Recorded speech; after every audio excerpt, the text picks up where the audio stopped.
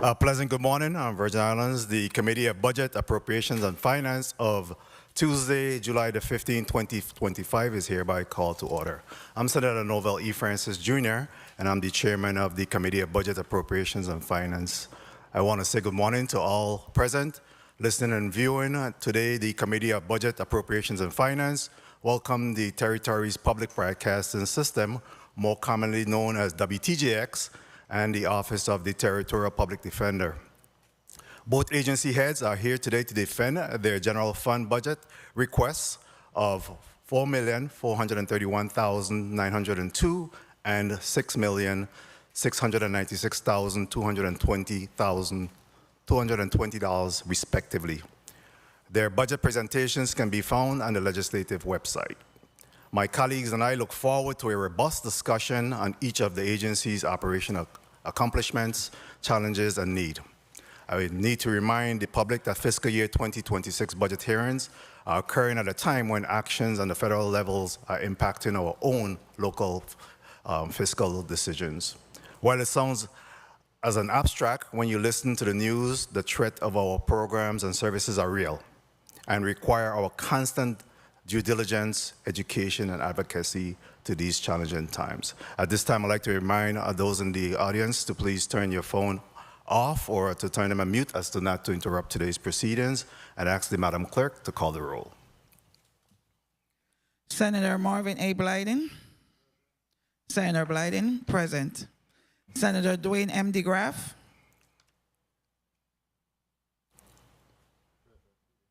Senator DeGraff, present. Senator Ray Fonseca. Senator Fonseca, absent. Senator Novell E. Francis Jr. I'm here. Senator Francis Jr., present. Senator Hubert L. Frederick. Senator Frederick, present. Senator Maurice C. James. Senator James, present. Senator Kurt A. Vele. Senator Vele, absent. Mr. Chair, 5 present, 2 absent. Thank you very much, Madam Clerk. Any correspondence to be read into the record? No, Mr. Chair. Very well, thank you. At this time, please read today's agenda into the record. The Committee on Budget, Appropriation, and Finance will meet on Tuesday, July 15, 2025, 10 a.m. in the Frits E. Lawaetz Legislative Conference Room on St. Croix to receive testimony on the fiscal year 2026 budget. Block 1, 10 a.m. to 12 p.m., Public Television System. Invited testifier, Tanya Singh, Chief Executive Officer. Block 2, 1 p.m. to 3 p.m., Office of Territorial Public Defender. Invited testifier, Julie Smith Tadman Esquire, Chief Territorial Public Defender. This concludes the reading of today's agenda, Mr. Chair. Thank you very much, Madam Clerk. We do have the Executive Director, Tanya Marie Singh, in the testifiers table. At this time, we'll go to her to recognize her as well as her staff or team. At this time, you're recognized just for introduction. Tanya Marie Singh, CEO, WTJX. Next. And please speak right into the mic and keep them there so we don't create any feedback. Nedra Thomas, Chief Financial Officer. Morning. Marie White, Senior Financial Officer. Morning. Good morning. Kiatinik Thomas, Disaster Recovery Specialist. Morning. Ralda Mason, Director of Human Resources. Morning. Nel Maduro, Interim Director of Engineering. Morning. Very well. You may proceed with your testimony at this time. Good morning, Senator Novell Francis, Chairman of the Legislature's Committee on Budget, Appropriations, and Finance. Members of the committee and other members of the 36th Legislature of the Virgin Islands. I am Tanya Marie Singh, Chief Executive Officer of the Virgin Islands Public Broadcasting System. I am here today to respectfully request your support of the Virgin Islands Public Broadcasting System's 2026 fiscal year budget in the amount of $4,431,902. Today in the well, as we just did the roll call, I have with me Nedra Thomas, the system's Chief Financial Officer, Marie White, Senior Financial Officer, Kiatanique Thomas, Disaster Recovery Specialist, Ralda Mason, Director of Human Resources, and our Interim Director of Engineering, Yunel Maduro. The Virgin Islands Public Broadcasting System continues to be the PBS member station in the territory. WTJX TV is one of 336 independent stations that pool our resources, combine our talents, and align our vision to create programming of exceptional quality that informs, inspires, and connects Americans from every walk of life. We are also the NPR member station serving the Virgin Islands. NPR is a nonprofit membership corporation that produces, acquires, and distributes programming to approximately 1,100 non-commercial public radio stations nationwide, including WTJX FM. NPR member stations are dedicated to providing essential public services for their communities, including non-commercial news, cultural programming, and life-saving public safety and emergency alerting. In 1972, the Virgin Islands Public Broadcasting System began to transmit, and next month will mark 54 years that WTJX TV has provided non-commercial, educational, cultural, and entertaining programming, along with informative and public affairs programs to the people of the Virgin Islands. And while WTJX FM 93.1 passed its 10-year milestone in January, I marked my 20-year anniversary with the station. The organic coverage of the television and radio stations extend beyond our borders to the British Virgin Islands, Vieques, Culebra, and the easternmost areas of Puerto Rico. However, the signal for the radio station on St. Croix is still lacking. The system receives oversight by an 11-member board. Presently, we have 10 board members and 1 vacancy. Senators, I'm pleased to report that once again, our audit is unmodified and there were 0 audit findings.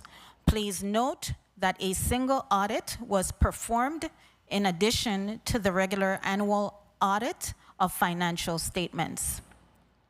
At my last budget hearing, I advised the committee of the threats to public media at the time.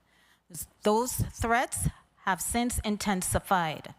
On June 12th, the House of Representatives passed H.R. 4, the Rescissions Act of 2025, which would rescind the previously appropriated FY26 and FY27 funding for the Corporation for Public Broadcasting, where we get approximately 18% of our overall funding.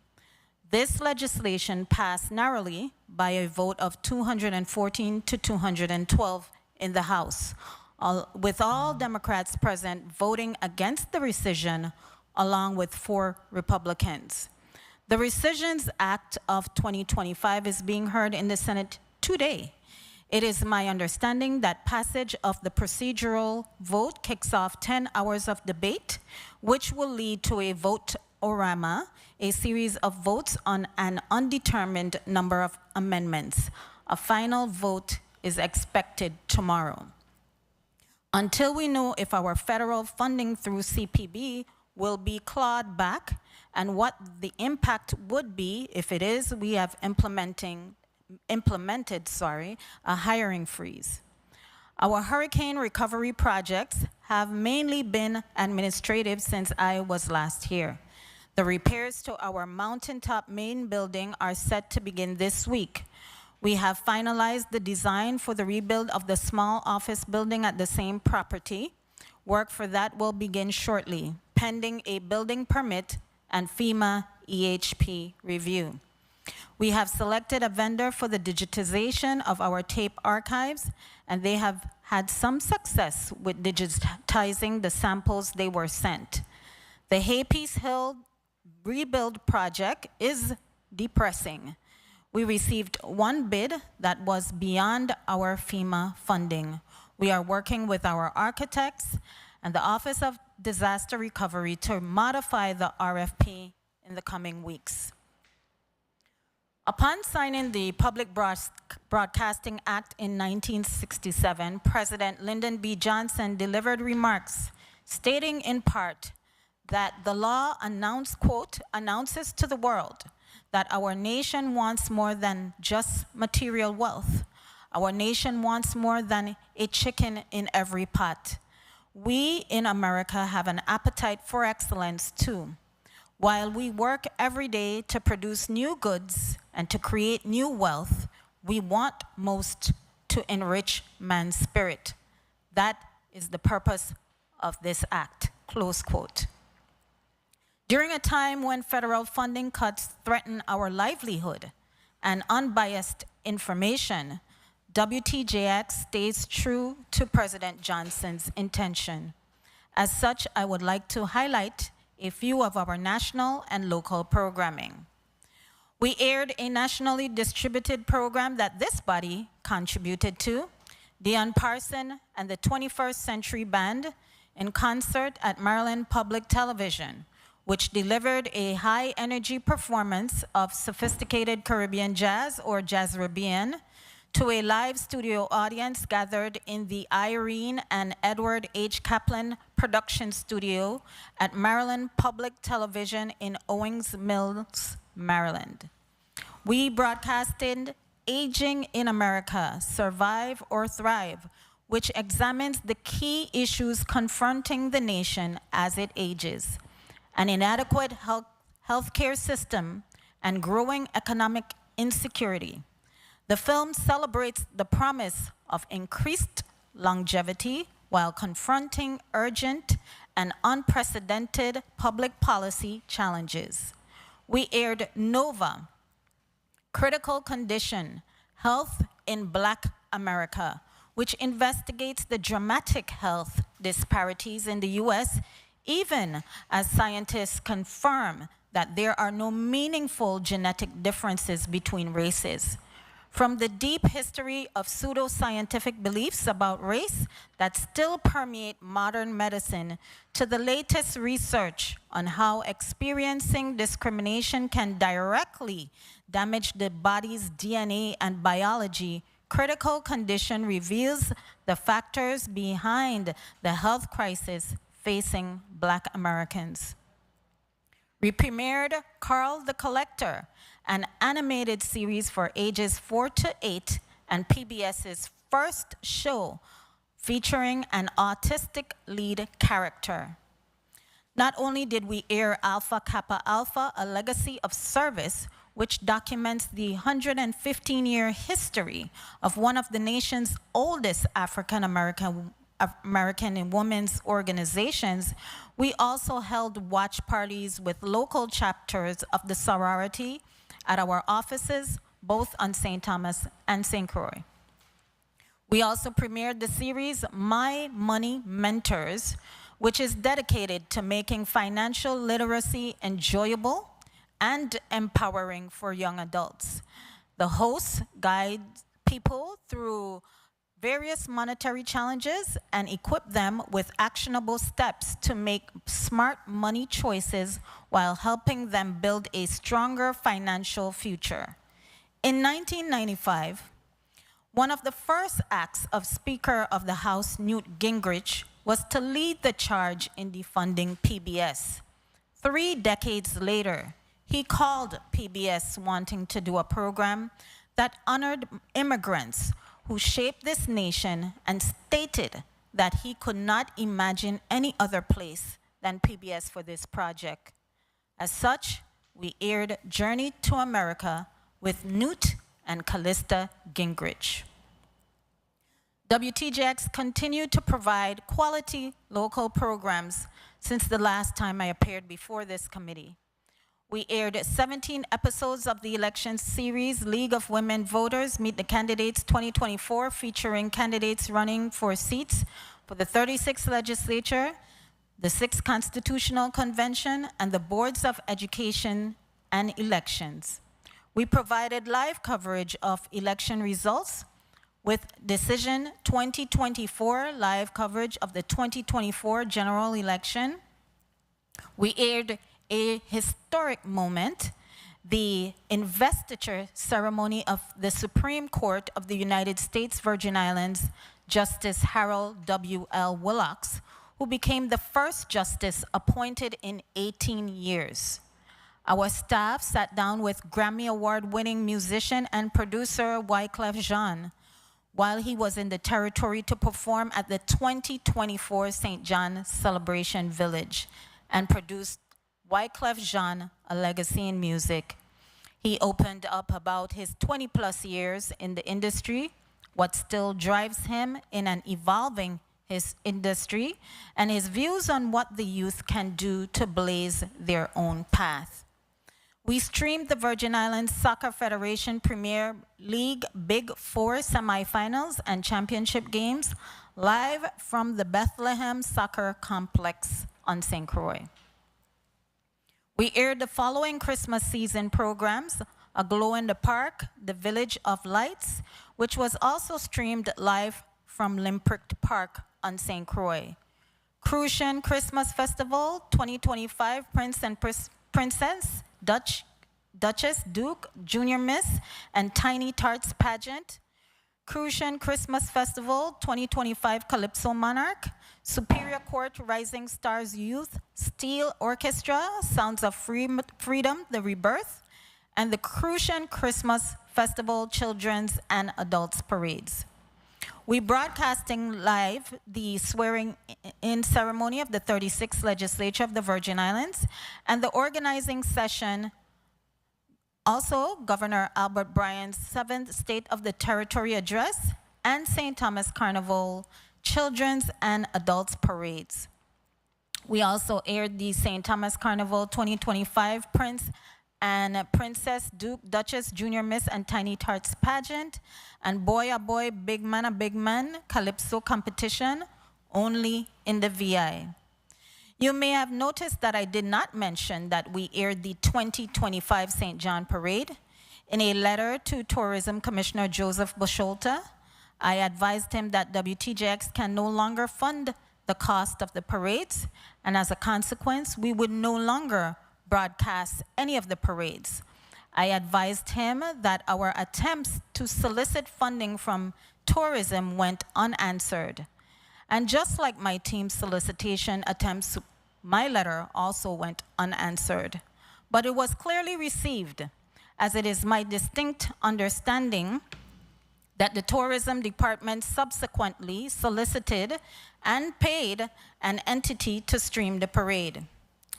It is important to note that WTJX has been broadcasting the St. Thomas Carnival parades live since 1975, and we were the first to stream the parades live on social media to a huge online audience. Moving on, Firelight Media partnered with WTJX in discovering aspiring creators in the Territory and selected Emmanuel Phillips as their grant recipient from the second season of Homegrown, A Part of, Apart From. The series is comprised of 8 documentary short films made by emerging filmmakers living in the U.S. territories, Hawaii, and their diasporic communities who identify as Black, Indigenous, and/or people of color. The collection focuses on stories grappling with issues of sovereignty, agency, and the variety of ways communities negotiate what it means to be at once a part of and apart from the United States.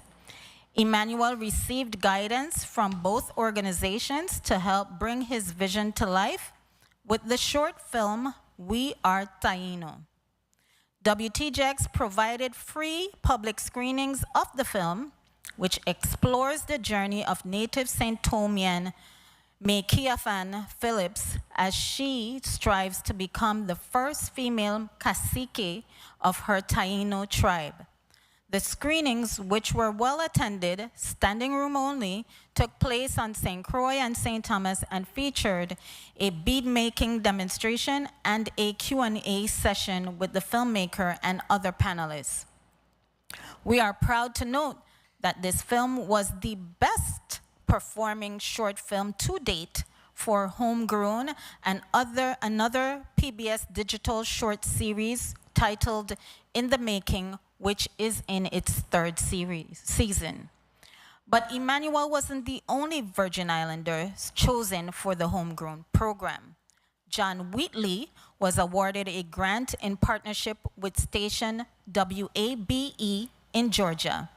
His short film, What the Storms Taught Us, examines the state of public schools in the Virgin Islands 7 years after Hurricanes Irma and Maria, where despite billions of dollars in federal aid, many students and educators continue to struggle with inadequate infrastructure.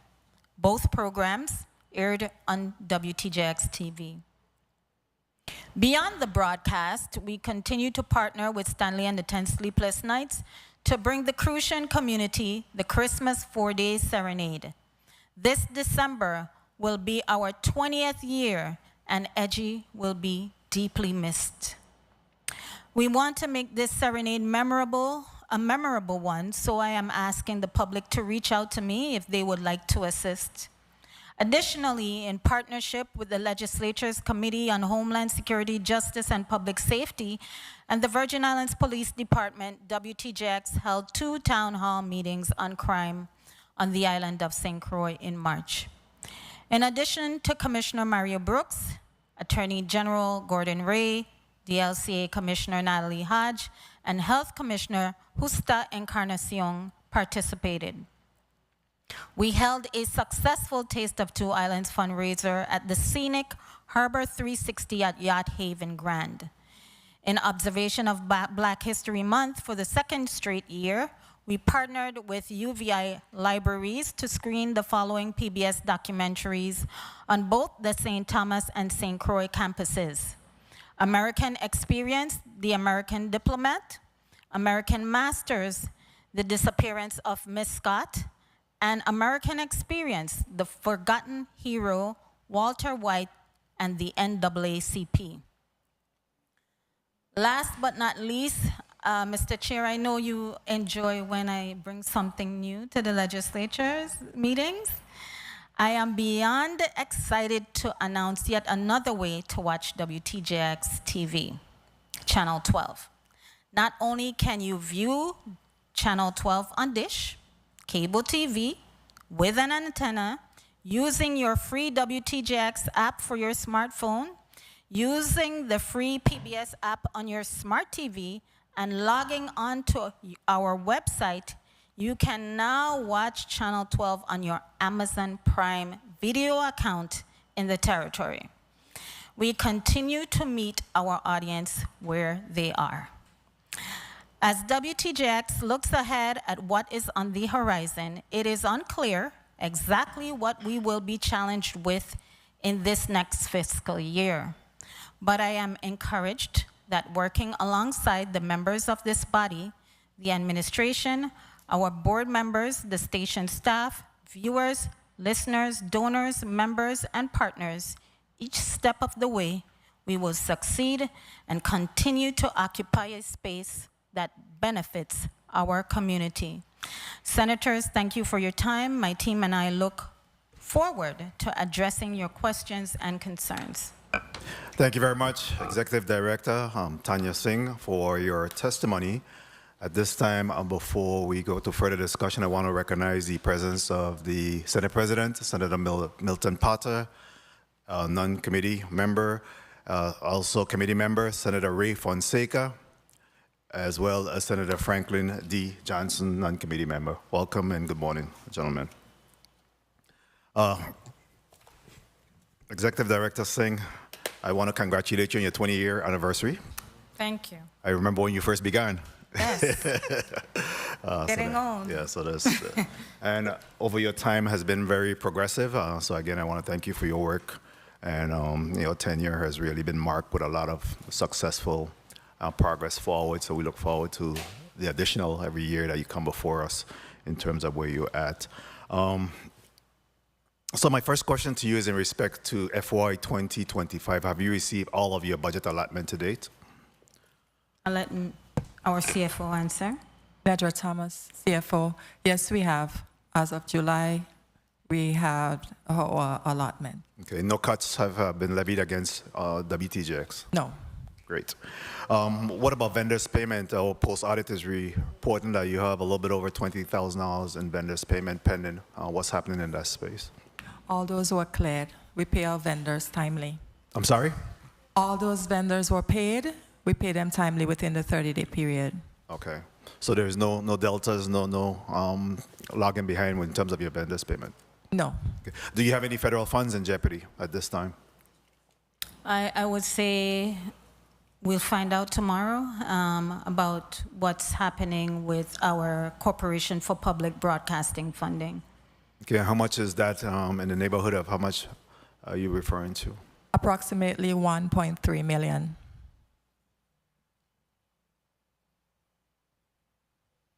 And I know that you spoke about some issues with the FEMA projects that you have pending. Can you be a little bit more explicit in terms of what's happening with that project? I know you spoke about the fact that the bids had come in, I guess, extremely high, and it's now back out to bid. What's happening in that space? I'll let our disaster recovery specialist respond. Kiatinik Thomas, Disaster Recovery Specialist. Good morning. So we did only receive one bid for the demolition and construction of the Hay Piece rebuild, and it came in significantly over budget, approximately $5 million over budget. So we are currently working with our architects, the Office of Disaster Recovery, to do some redesign and to put out the RFP in a way that we can get some assistance and try to design a building that is in the budget. So would that mean that you have a significant reduction in terms of the design that you're Yes. moving towards? And but we're trying to mitigate that.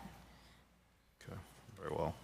This time I'd like to recognize the presence of Senator Avery Lewis. Good morning, Senator Lewis, welcome. Senator Marvin Blyden, you have a point of information you recognize. Thank you, Mr. Chair.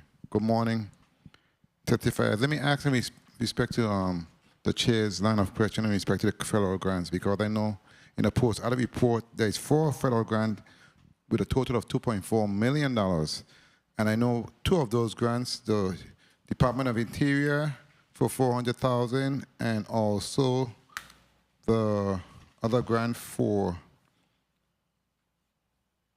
the Corporation for Public Broadcasting. None have been spent to date thus far. So you say 1.3 approximately. So are you saying all 4 of these grants will not be affected based on what's going to happen tomorrow, or are you saying some of those funds are safe? Yeah, those funds are the CPB funds seen there. We already received those monies. And the Office of Interior is a reimbursable grant, so we are working on getting a notice to proceed before we get a drawdown on that. Well, good to know. Very well. Thank you so much, Mr. Chair, for the time. Thank you very much on that. So let's talk a little bit before I open up the floor to my colleagues. What happened with that situation on St. John and with you not airing? I mean, I think you have done this for over many years in airing the parades of St. John as the entire territory. What happened in with that situation? I would say,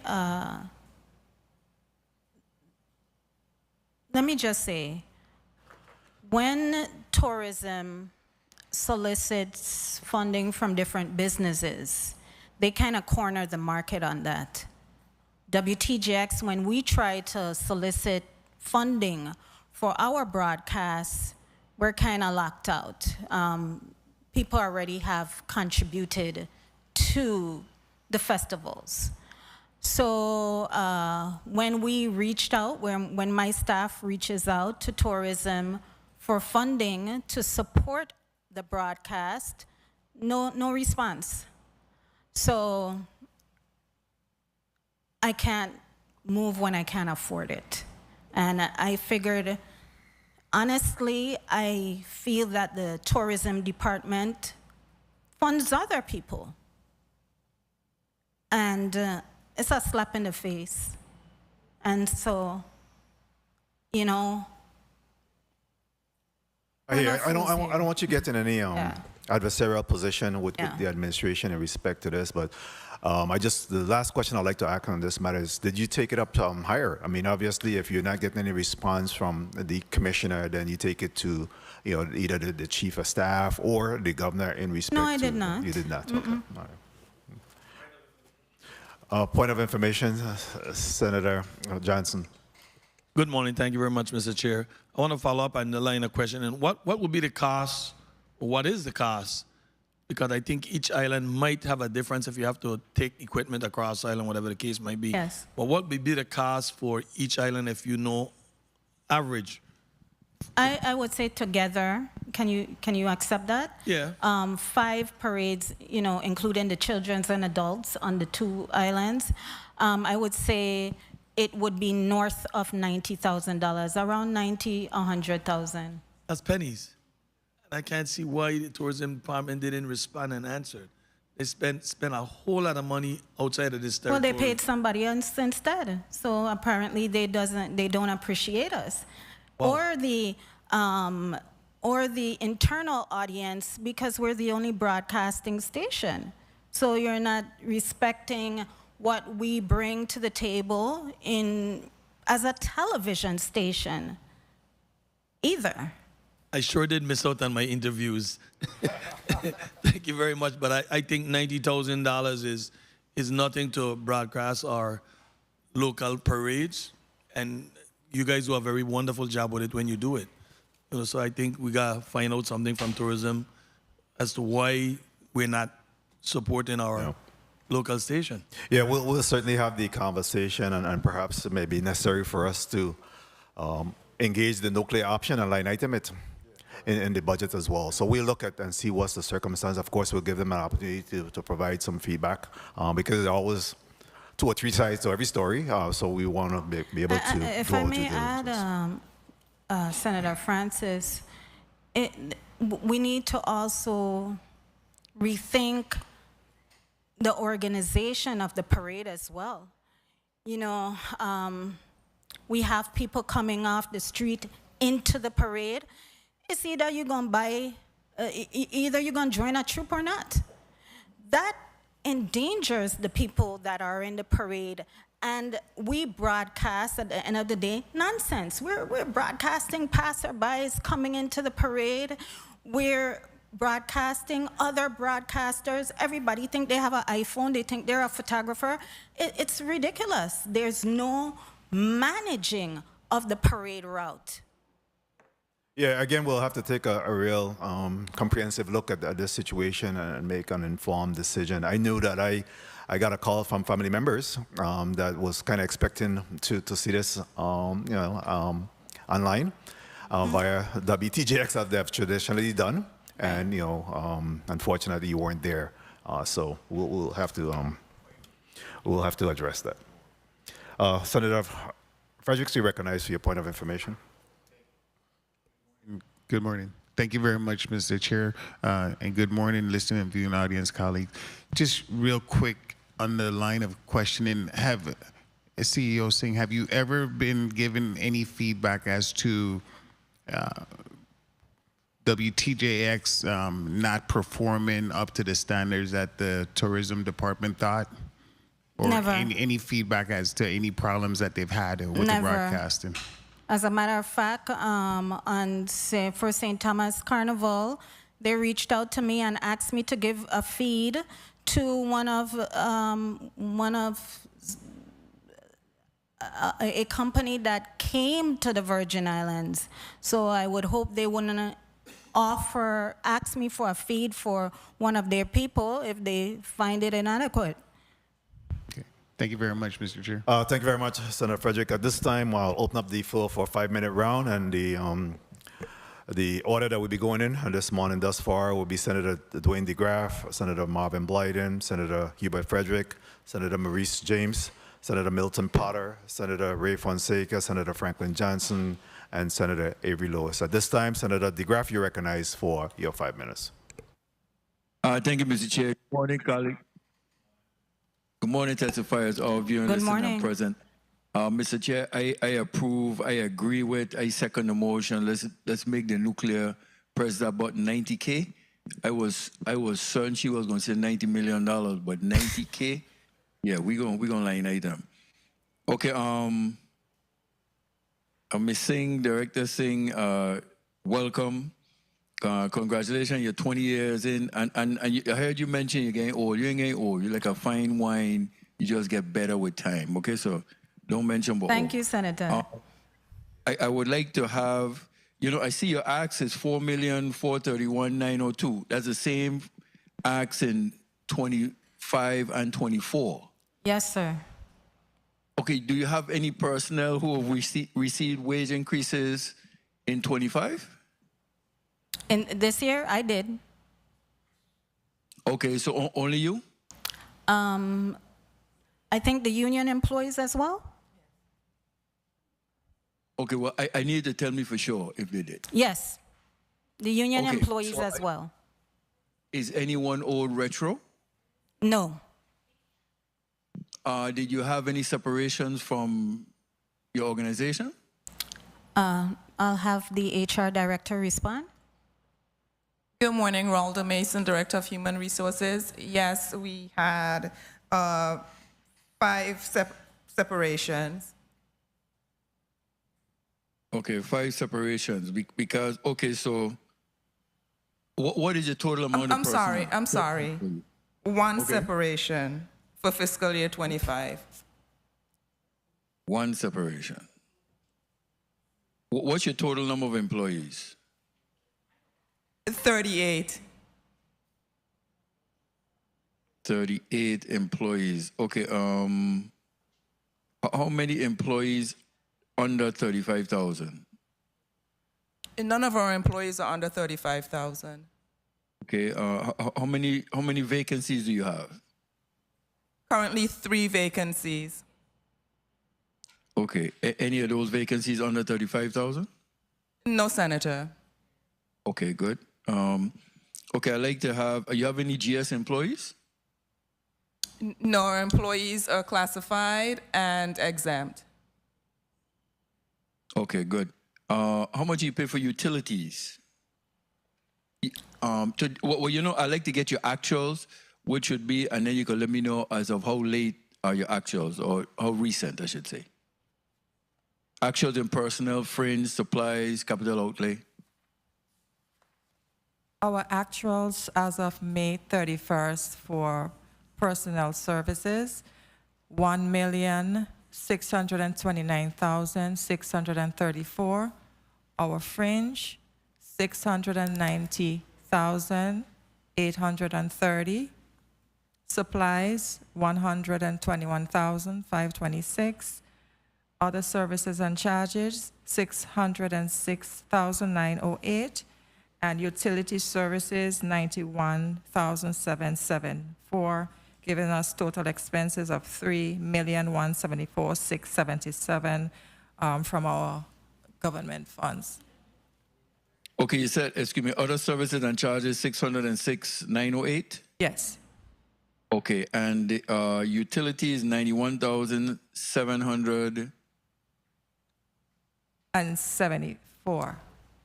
74. Yes. Okay, so that's your utilities to date in terms of... That's our utilities for our St. Thomas Administrative Building and our Richmond facility. Our Mountain Top facility electricity was paid from our CPP grant. Okay, okay. So this any is capital just for, outlay? Pardon? Capital Capital outlay. outlay, 34,000. Okay, and capital outlay, the 1 minute. 34,000 is total, or how Yes. much was your capital outlay for 25? Yeah, that's what's total for 2025. We just bought updated some machinery. We didn't do a whole lot for 2025. Okay, so your personnel fringe, 1.6690. Your acts being the same with persons or wage increases. Does your 30 the current seconds. amount of money? Excuse me. Yeah, go ahead, Senator. You just have 30 seconds. Go ahead. You may proceed. Oh, okay. Okay. Sorry about that. Sorry. Is the current amount asked for your personnel and fringe based on your acts of 4,431,902 the same as 24-25? Is it covered for their wage increases going forward into 26? Ledger Thomas, CFO. That's our ceiling, not necessarily our ask. Our ask would definitely be a little bit more. What we have done is provide for our salaries and fringe, ensure that is paid, and then we are trying to subsidize that with our funds internally, which we will prefer not to do, but because our ceiling is that, then we're forced to try and figure out how we're going to supplement that. Okay, so if I just may wrap up, Mr. Chair, when you talk about your ceiling is forced, you know, so it's you're here now for the budget. Your ask is the same, but does it cover your personnel total, even your vacancies? It covers them with wage increases and everything. It covers our personnel. However, some of our operating expenses, we are trying to cover those different means.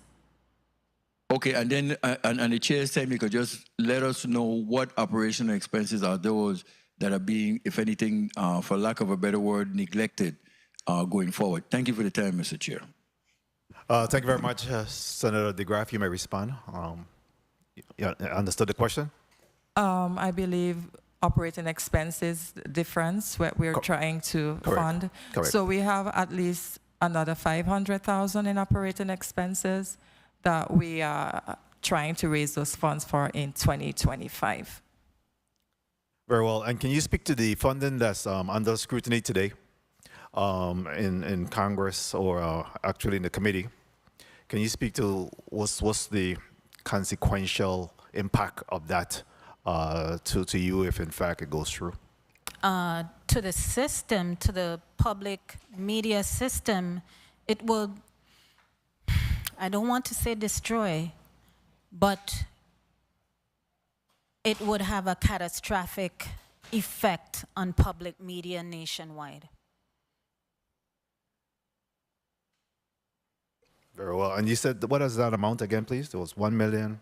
1.3 million that we get from the Corporation for Public Broadcasting. Okay, very well. Thank you for that. Real quickly before we go to the next senator, which will be Senator Blyden, can you speak to, do you have any revenues that come in? Any revenues that come into your, any charges that you're able to levy on the public for the use of the system? No, we do underwriting for our programs, but we don't charge people to watch our programs. We're a free system. So any revenues coming in whatsoever? I will let the CFO answer. Yes, we have several streams. We have donations. Anyone can donate to our station. We have memberships, different levels, as well as underwriting from businesses for our programs. Can you give us the amount and those fundings in aggregate? Yes. While Ms. Thomas is looking for that, I just want to let the public know that your contributions are tax deductible. We'll send you a bill for that advertisement on Legit TV. So in fiscal year 2024, we were able to raise 386,000 in development, just in development and fundraising, 222,000. And year to date, 197,682. For a total of 386. No, 386. I was including other miscellaneous revenue like our tower space rental. Okay. So for development and fundraising by itself, it's 222,000. So for tower space rent in 2024, we had an additional 85 and some miscellaneous here and there, like for the rental of our production truck and so forth. No problem. All right. At this time, the chair will recognize Senator Blyden. You're recognized for your 5 minutes. Thank you so much, Mr. Chair. Good morning to my colleagues, listening and viewing audiences, staff, central staff. Good morning. Good morning. CEO Singh and your supporting team, Debbie, and thank you so much for your testimony. Congratulations on your 20-year anniversary, and I think you're doing a great job along with your team. I must say, though, that I just need to add my voice in respect to the broadcast of our carnivals. That's part of our culture. Our history goes in our archives. Documentation is critical. And I think it's unfortunate that folks do not respond, you know, especially when individuals reach out to them. It's disrespectful in my opinion. But we will find a way, we have to find a way to continue keeping a record of our carnival because it's part of our history, you know, our culture. And I think that's critical. And like the chair just talked about revenues, that's our revenue stream. You know, 90K for 5 parades, I think that's reasonable, in my opinion. Okay, so I just wanted to put it on the record. Let me ask, though, in respect to the federal funds that's being affected and you're waiting for outcome. And I know Ms. Mason spoke to vacancies, and I believe Mr. Maduro is in charge of the engineers, supervised the engineers. And how much engineers position we have that's vacant? 2 or 3? We have the director of engineer spot available, as well as a production engineer, which is in our production department. Exactly, and I think that's going to affect your operation tremendously moving forward if you're not able to fill those vacancies. Let me ask though, because you did implement a hiring freeze, correct? As a result of that, correct? Okay, you spoke about the signal that's locking and saying the Big Island. Why and what can be done to assure that the signal basically increases and you're able to broadcast without any issues or challenges? And just to clarify, it is for the radio station only. Okay. We're very good with the television station on all 3 islands for the most part. It is because the signal doesn't naturally cover St. Croix, just like the television signal doesn't naturally cover St. Croix. So we need a transmitter. And there is a moratorium on them, an FM translator, I should say. There's a moratorium on them with the FCC. So it's either we try to purchase an FM translator, which we have not found one that provides adequate coverage of St. Croix, or we purchase another radio station that has coverage on St. Croix. That's the 2 solutions. Interesting. Purchase another radio station? Yeah. That's the only. How is the radio station doing, by the way? It's doing well. I know that. That's why I asked the question. I wanted you to put on the record. So you guys on St. Thomas and St. Croix on St. John are really good because the signal over there is really good, but on St. Croix it's very lacking. So I myself use my app to listen to the station. Okay, very well. And let me ask one more question of Ms. Mason, because I know also the creative strategist, is that still vacant, or was that, did someone fill that void? The position was filled. Oh, good. Because that's a very important position also. Okay, let me go to the postal report because of the budgetary. I know your numbers are on point. You know, you really don't have that much flaws, but let me ask you, in respect to the postal report on page 3, there were no entry for projections for the 26 budget season for communication, travel, advertising, and promotion and repairs and maintenance. Why is that? There were no entry for those areas. Why? Yes, for the same reason I just alluded to earlier. So we are ensuring that our salaries and fringe is covered. And with the ceiling of just over 4 million, it's not sufficient to cover all of our expenses. So we have been forced to try and raise the additional funds to supplement 30 seconds. the expenses. It's not that they don't exist, they do. We're just trying to fund them elsewhere. I get it.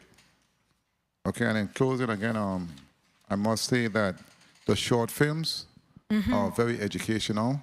I think they're very important, and those are good choices. I watch them now and then. Good information.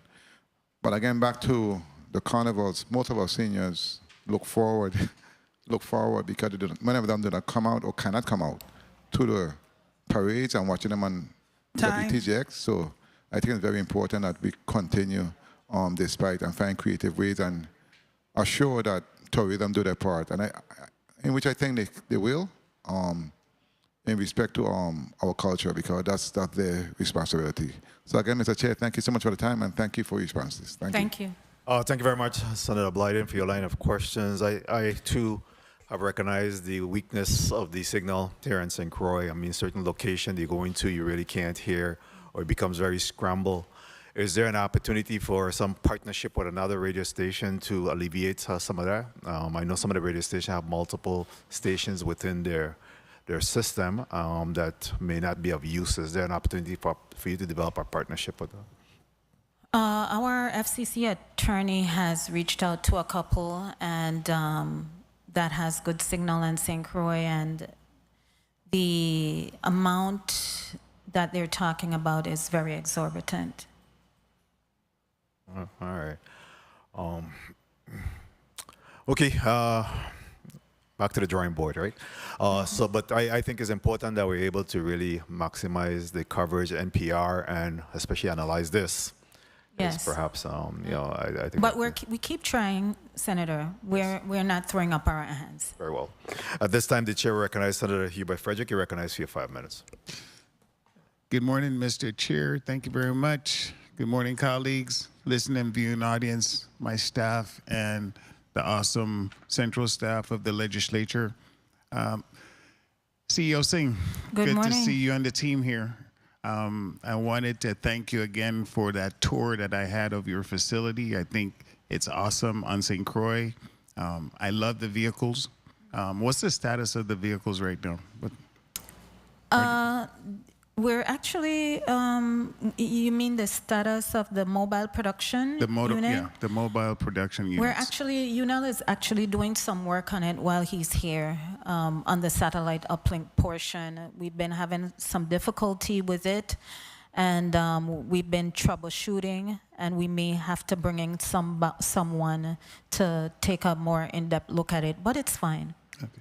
And what's the status of the renovation project that you were working on?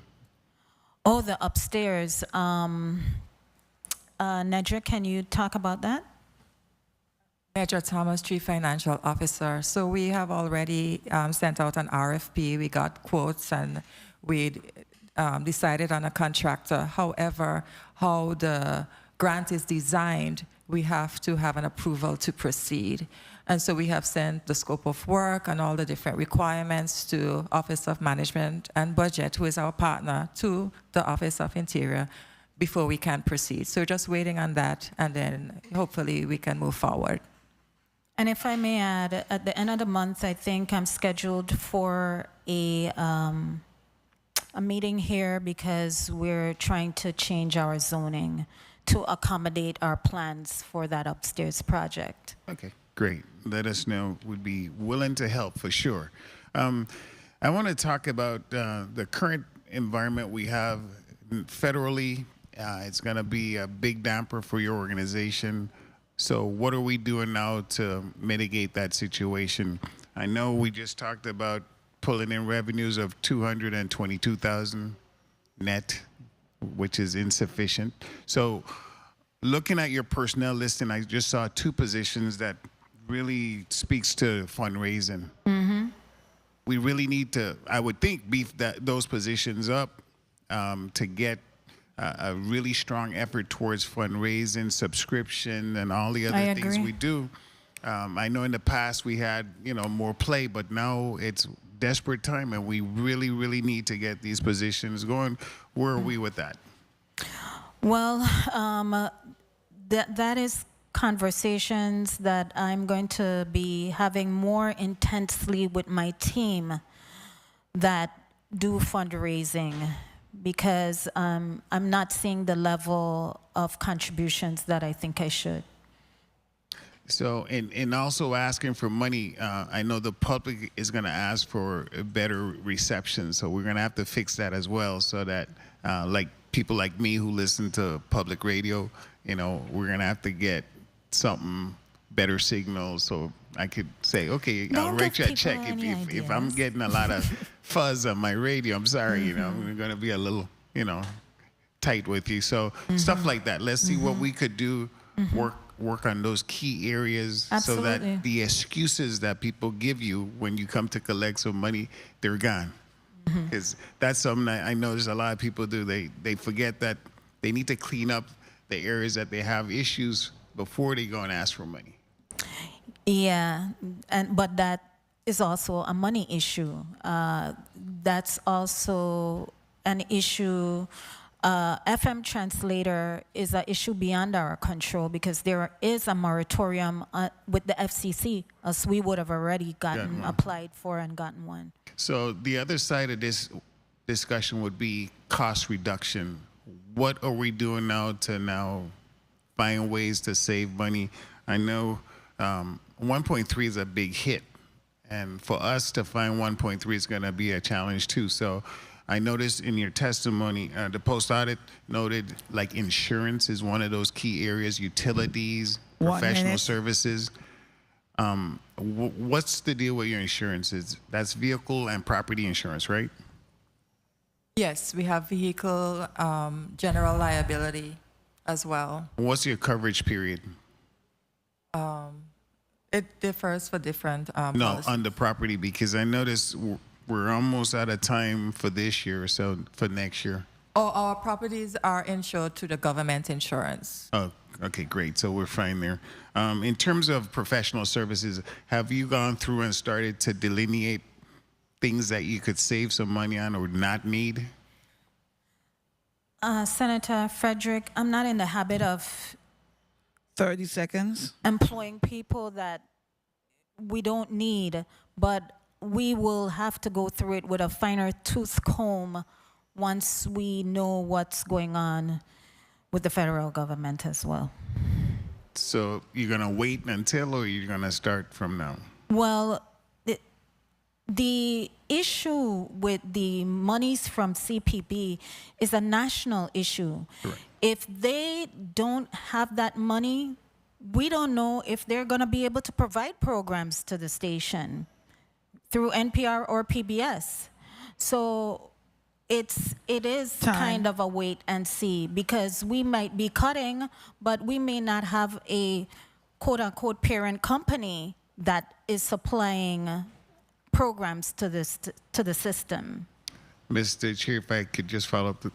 So if that happens, worst case scenario, we don't have a WTJX. We may not. So we are looking. I want to not react. I would, because we already paid our bills for next fiscal year with the programming and everything for NPR and PBS. So we have some time to see what moves we can make next if needed. Thank you very much, Mr. Chair. Appreciate the time. Thank you very much, Senator Frederick. At this time, we'd like to recognize the presence of committee member, Senator Kurt VLA, as well as non-committee member, Senator Carla Joseph. Welcome to both of you. Senator Maurice James, you're up next. However, before we go to Senator James, I wanted to ask you, how is morale at WTJX? I would have the HR director respond. Ronaldo Mason, Director of Human Resources. At this time, our employees are engaged, which is an indication of high morale. We haven't had any complaints of of disgruntled employees or employees with low morale. So let's give it a score. Between 0 and 10, 0 being lowest, 10 being the highest. Where are you? I would say 8.5. 8.5. Very well. That's good. All right. Thank you. And how would you get to 10? What do you need to get to 10?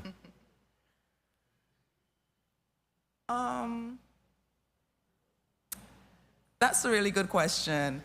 I would say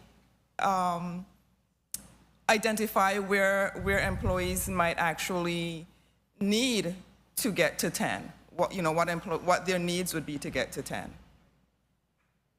Very well. So that's your challenge for next time before you come before us. We want to get a little closer to 10. All right? Noted. Thank you. Because obviously we want to always strive for excellence. We want to always work towards improvement. I mean, 8.5 is terrific, but getting to 9.5, it should be a goal that we should be working towards there. So that's just my task for you for next budget cycle. Senator Maurice James, you recognized for your 5 minutes. Thank you, Mr. Chair. Good morning, Virgin Islands. Good morning, testifiers. Good morning, colleagues, everyone in and outside the room. Of course, I have a history with WTJX, a really good history. And so I've seen the importance of the station over the years. I was actually going to go asking questions that my colleague, the previous colleague, asked about with federal grant awards. So you answered a lot of the concerns I had, but then I was also wondering if the only source of grants are federal grants. Are there maybe grants out there from nonprofit? A lot of times there are these national nonprofits that are willing to support these types of efforts, especially the arts.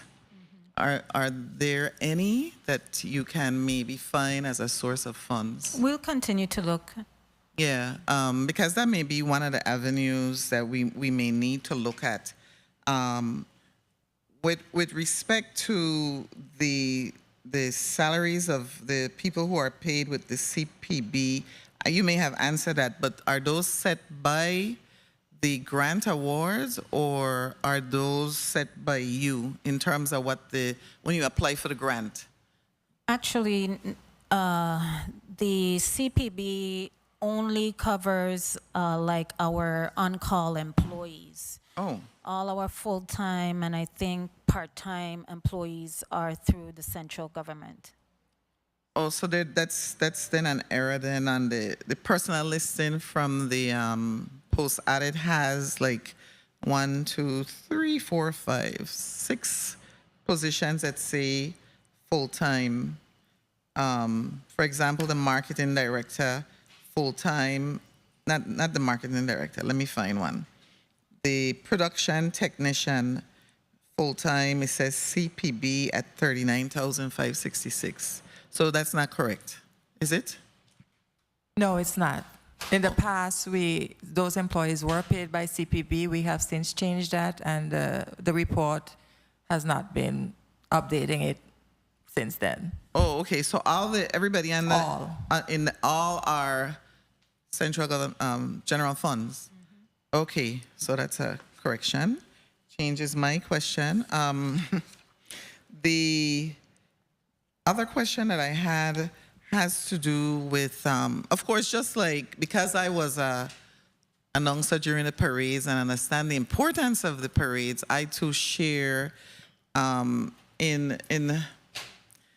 guess I'm disheartened about what has transpired with the Department of Tourism, and hopefully we can find a way to, even if it means legislatively, make sure that in fact the parades are covered by WTJX. I think that's an avenue that we need to explore. I wanted to find out from you also, my husband lately has been really into the wildlife or the animal shows, which has now caused me to really watch these shows when I get home. And they're wonderful. And it led me, I'm learning so much And I'm just wondering, our children in our schools, is there any way to coordinate, collaborate where children in school have access during school hours to those types of programs? Absolutely. Okay. Some of these programs are on demand, and like I said, once a school has internet, they can access these programs. Do you know if they do? Do you know? I'm just wondering if they actually utilize. It's just a wonderful way to learn, because you see all these, you know, just recently I looked at the one on the fact that birds were, you know, have been on Earth way before everybody else. And I was just thinking, wouldn't it be wonderful for little children to really see what I'm seeing and appreciating as an adult? And I think little children have the same curiosity I have, even though I'm a lot older. I maintain that lifelong learner. I'm sure they would, it would be just useful in teaching.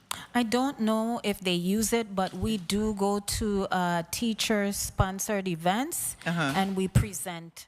You present? There's also the one that you mentioned that had to do with, you know, I'm all about educating our people. And there was one that is so important now with I think it had to do with money, financial literacy. And I was wondering too if As a that matter also. of fact, I'm going to meet with my staff when I return to the office to say that we need to promote that particular program more. Yes, yes. And we have to find a way for it to get into the high schools during school hours, quite frankly, if possible. Because again, to just, it's a ready-made lesson for our students and our teachers. Thank you. I want to thank WTJX because I think you are essential, critical, significant. I can't use any other words to express what you do for our community. So I thank you. And you know, Jamila Russell said to me she has one of those forms for me to fill out to contribute. So she needs to probably share it out to all the senators. So I'm glad you said that, because it prompted her that she's going to give me one. So maybe she'll share them out to everybody. So we can start contributing to WTJX. Thank you, Senator James. You're welcome. Thank you, Mr. Chair. Thank you very much, Senator James. Senator Fonseca, you had a point of information you recognize? Yes, thank you, Mr. Chair. Executive Director Tanya Marie Singh, I want to go back into that PBS funding. There was actually an executive order signed by President Trump, and it's to end taxpayer subsidization of biased media. He's calling the PBS stations biased media. But specifically, the executive order now requires CPB to cancel existing direct funding and decline future grants to both the PBS, public broadcasting stations, and the NPR. And the CPB must revise the 2025 radio and television community service grants to ban the use of federal funds for activities. So what is your plan? And I note here that there's also been a lawsuit, and has WTJX joined in that federal lawsuit to contest this? And what is your plan? Because this is an executive order. It was signed May 1st, and it's published now in the Code of Federal Regulations as of May 7th. So it's now published in the Federal Register. What are the WTJX contingency plan? So if my CFO would correct me if I'm wrong, we already got our money for FY 2025 from CPB anyway. So that doesn't impact us. So there's no way that they would, ask for these funds to be returned? I have not, I don't know if there is no way, but that has not happened. Okay, thank you, Mr. Chair. And we already spent it. Thank you very much, Senator Fonseca. The chair will now recognize Senator Potter, our Senate President. You recognize for your 5 minutes. Thank you very much, Mr. Chair. Good morning, colleagues. A special good morning to CEO Tanya Singh and her executive team at WTJX. I'm a big fan of WTJX. I think the program that I enjoyed most so far this year was the program you had on the, I think it was Black Diplomats, and our very own Terrence Tadman was being featured. Just learned a whole lot about the diplomatic corps, and to see our own Terrence Tadman being featured really was definitely a breath of fresh air. So we need public broadcasting system WTJX to continue. So my first question to you, CEO Singh, is WTJX pays nearly $300,000 annually in rental fees. What efforts have been made to reduce reliance on high-cost leases, and is there a long-term facilities plan to consolidate operations or acquire permanent space? I think that's through FEMA, but I'll have my CFO respond. Nedra Thomas, Chief Financial Officer. Those funds are paid through FEMA. That's our temporary facility on St. Thomas, the most of it, and also storage of our files. We are currently going through the process with FEMA for a rebuild of our office. Our office was destroyed in the 2017 hurricanes, so that is in play. And those funds don't come out of our budget. Thank you definitely for your response. Now, with WTJX being recommended the same lump sum of $4.43 million for 3 consecutive years, how is the agency justifying level funding despite rising costs and increased service commitments? I don't know how long JA would provide, but it's difficult. I just think that, and this is just my opinion, when agencies, you really should ask for what you need. Or we plan to send something to the chairman before markup. All right, awesome. Thank you very much. And I, too, was very frustrated with the fact that WTJX was not broadcasting the St. John Parade. I was stunned because you sort of take for granted that WTJX will always be there. And I was disappointed, just based on your testimony, when you indicated that, this should be a team.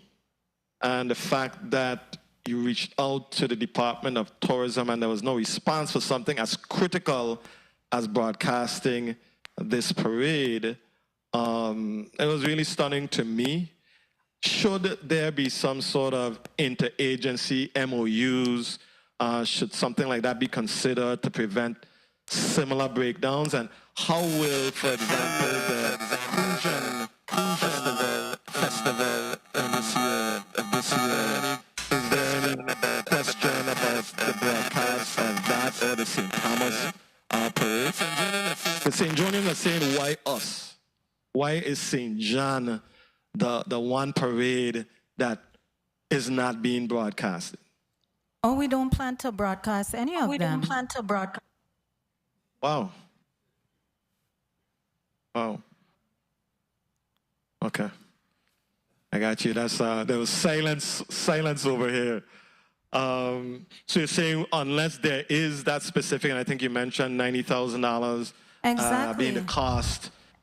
And Okay. we'll give you a real cost. And it's exactly what Senator Frederick was saying.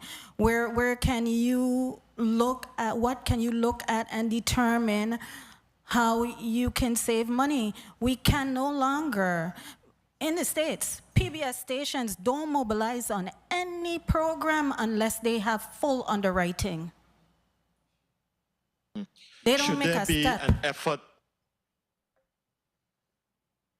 Thank you. Should there be an effort to have an interagency MOU? Should that be a strong effort to engage? I know you reached out, but just even with an intervention from the next level of the executive branch to secure an interagency MOU, just to ensure that we are going to have this programming 1 that minute. everybody has become, that everybody is expecting to see and enjoy. Persons here, persons abroad, the elderly, the shut in, who look forward to, seeing the parade being broadcasted. Should there be a full court press to secure an MOU, particularly with the Department of Tourism? I will pursue that with the administration. 30 seconds. Okay.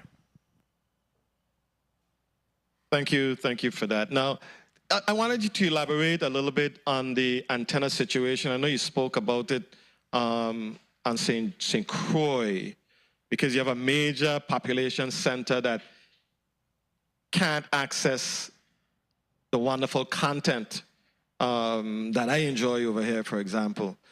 I think you said that the major reason is the lack of availability of a particular equipment. Is that the sole? Just elaborate a little bit on that. And does financing have anything to do with the ability to acquire the necessary equipment? I'm sorry, to ensure Senator. smooth broadcasting. I'm sorry. It is not necessarily the equipment. It is a license from the FCC to get a FM translator. So there have been a couple FM translators for sale, but they did not provide the coverage that St. Croix needed.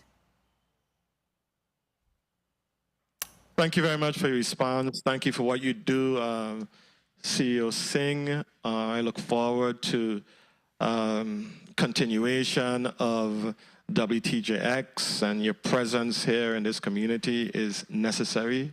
It is vital. Thank you very much. Thank you, Senator, and I look forward to getting you back onto the membership rolls. Yes, you definitely will see me very soon.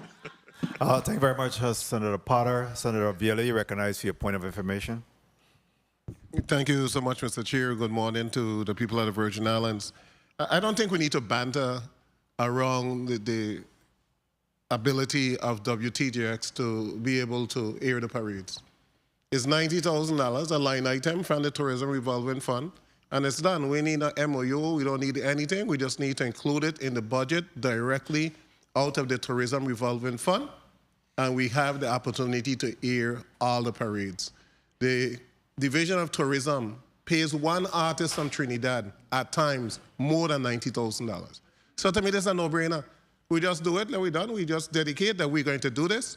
We'll make sure that the upcoming St. Croix Parade and the Carnival that is going to be aired by WTJX, which have done a wonderful job for countless years. You know, and college students, individuals from the Virgin Islands who live on the mainland, they're able to really tune in on Facebook and see what's going on in the Virgin Islands. So let's just do it, colleagues. Thank you so much. That's it. Do it and done. Let's take a 2 minutes recess. At this time, the Committee of Budget, Appropriations, and Finance will stand in recess for 2 minutes.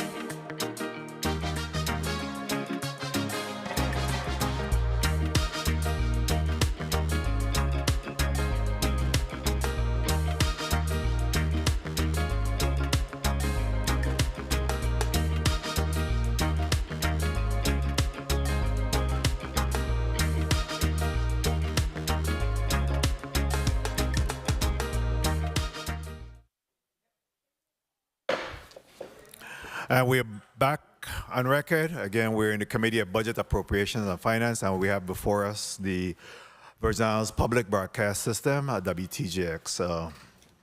Senator Ray Fonseca, you recognize for your 5 minutes.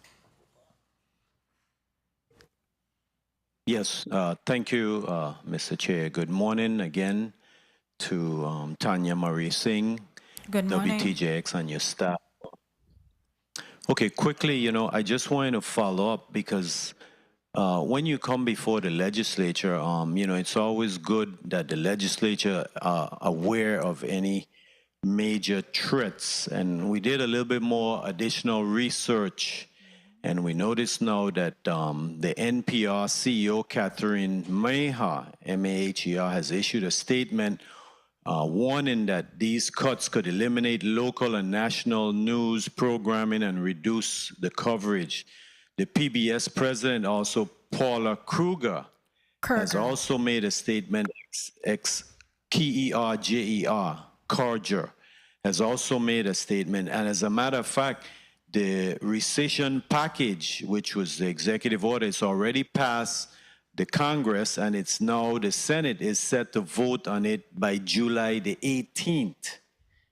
And of course, the key is that the president is calling it biased. He's given the impression, or he thinks that the public broadcasting system is biased. So any information you have, let the legislature know this is your opportunity so that we're not hit by these issues. Of course, I admire the operation that you run. I think, WTJX is a well-run operations. I wanted to ask you real quickly here, your health insurance, what health insurance do you offer? Cigna from the central government. Okay, so you're part of the GERS package with retirement as well? Yes, sir. Okay, good. So now I'm trying to get your total operating expenses. I know you have the $4,431,902 ax. Your other sources of income, the federal grants, what are your other source of incomes? Do you have any savings, CDs? I noticed you had $400,000 there. Respond. You have... I'm sorry, I'll Go have my ahead. CFO respond. Nedra Thomas, CFO. In addition to the $4.4 million from the government, we get the CPB grant, 1.3. We raise some funds internally via our development and fundraising department, as well as our tower rental. We get an additional average between $400,000 and $500,000. So overall, in addition to FEMA also pays our rent, our monthly temporary facility rent, which forms part of our operations. FEMA covers that as well. So on a whole, we spend about $6.5 million. Okay, so your total operating expenses is about $6.5 million. Yes, annually. Okay, I didn't hear your response. Do you have any savings or CDs, money markets, any other income generation, cash investments? We do have a CD, just one. I believe it's about $400,000. $400,000. Okay, that was my question because it looked like you had a CD for $400,000. And where is that invested and what's the interest rate? Marie White, Senior Financial Officer. That certificate of deposit account is at First Bank, Virgin Islands, and the rate of return is very small at this time, 0.25%. Small. Okay, I can understand that. So you mentioned possibly having to acquire other media, and what is your plans on that? Possibly having to acquire other radio media. What is your plans on that? Give me the detail of what you exactly mean by that statement earlier. We were discussing the fact that the radio station signal on St. Croix is weak, and to compensate for that, we need one of two things. We need an FM translator Similar to how we have a television translator, we need an FM translator, but the FCC has a moratorium on FM translators. Or we would need to purchase a radio station that has full coverage on St. Croix. We have not been able to identify a station that is willing to sell at a amount that we have, so we 30 continue seconds. to look. Okay, that's fair. That's fair. Okay, I want to follow up with one question here. Okay, so your overtime expenses are very low, and that's good. That shows that you're managing your time, et cetera, et cetera. Okay, quickly now, with your investment portfolio of $400,000, that's where you plan to use that funds to purchase the radio station. Time. How do you plan to acquire that? And also, I wanted to ask on the chair's time, if you offer any type of barter packages. In other words, do you receive compensation for airtime? I don't want to say you're selling airtime, but can you advertise and receive in-kind service? For example, you receive a new vehicle for airtime, et cetera, similar to how for-profit, similar stations operate. Do you engage in any kind of barter services where you exchange airtime, or you don't do that? It's all public broadcasting. There's no revenues from airtime. Yes, we call it underwriting, and in that example that you gave, it's a trade. But the messaging on the radio must be a non-advertising message. Okay, so how is that recorded? That's actually an income. Is that being recorded in the $6-point-something million you told me of your total operating expenses, or that's just a wash? It would be recorded. I'll have CFO Thomas respond. It will be recorded in our revenues and help to subsidize our expenses. Okay, so through the chair, I'd ask you to give us a full update on the impacts of Executive Order 14720 and how it may impact the public broadcasting system. Thank you, Mr. Chair, for the time. Certainly. I would provide that information. Thank you very much, Senator Fonseca. Senator Franklin Johnson, you're recognized for your 5 minutes. Good morning. Thank you very much, Mr. Chair. Good morning to my colleagues. Good morning to the testifiers. Good morning to the viewing and listening audience. I am pleased to hear that this committee is going to take action in dealing with tourism and making sure that all parades in this territory is televised. I could imagine what the seniors did this 4th of July weekend, just waiting and just waiting and just waiting for those that couldn't make it out. So I really believe that this committee is going to do what's the right thing and make sure that we get that covered. You were just speaking about radio station. What's been the average cost for a radio station, or what kind of figures have you been hearing out there? $1 million. Wow. That's the average cost? Or that's Well, no, that's the figure I've been hearing when pursuing a station that I wanted. Oh, that's a steep mountain there. Just wanted to hear that because sometimes these things sound very simple, but when you see the cost of it. I'm sorry, $500,000. I'm sorry. Half, okay. I misspoke. Okay, well, even that is a good bit amount. But sometimes it sounds very simple, but when you really go at task, you find out that it's not as simple as it sounds. And I think most of my questions have been asked, but is there a contingency plan if this CBA just doesn't follow through? CPB. Yeah. I think that's something that the PBS and NPR administrative personnel is working through. I think they're just fully focused right now, as are all stations in the country, in lobbying their senators and convincing them of how essential this service is. Have you had any FEMA reimbursement been delayed, or do you have any projects that have been delayed at this point for any recovery projects? Ms. Thomas? Hold on. Test. Okay. Kiatinik Thomas, Disaster Recovery Specialist.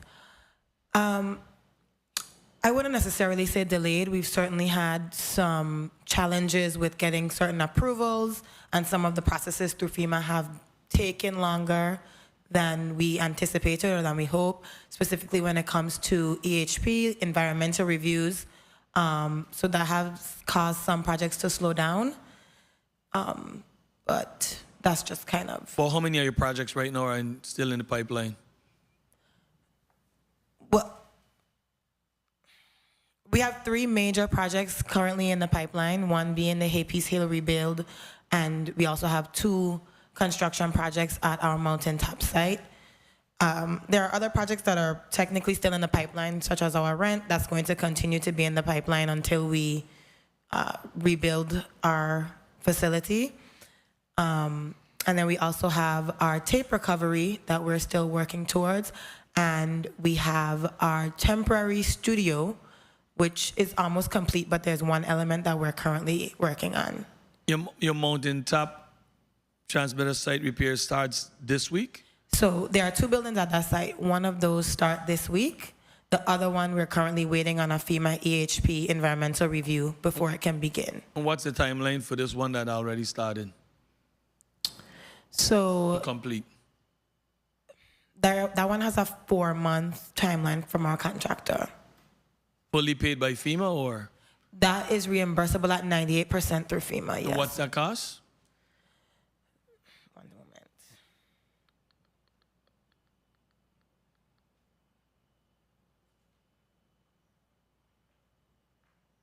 moment. $1.2 million. One or? 1.2 million. 1.2 million, and at a 98%, you say? 98% reimbursement, correct. 1 minute. Yeah, well, that's good to hear. At least that project started. Hopefully, it'll finish on time. And that has nothing to do with the transmission for St. Croix, right? No. Totally 2 different situations. Okay. And can you provide any viewership engagement when it comes to your key programs like My Money Mentors, Meet the Candidate? What kind of metric do you have as far as viewership? People looking at it? None, because we don't have, our market is not big enough for any rating company to address that. 30 seconds. By any chance, have you evaluated the educational impact of our children that are seeing your programs or should be taking part with your programs?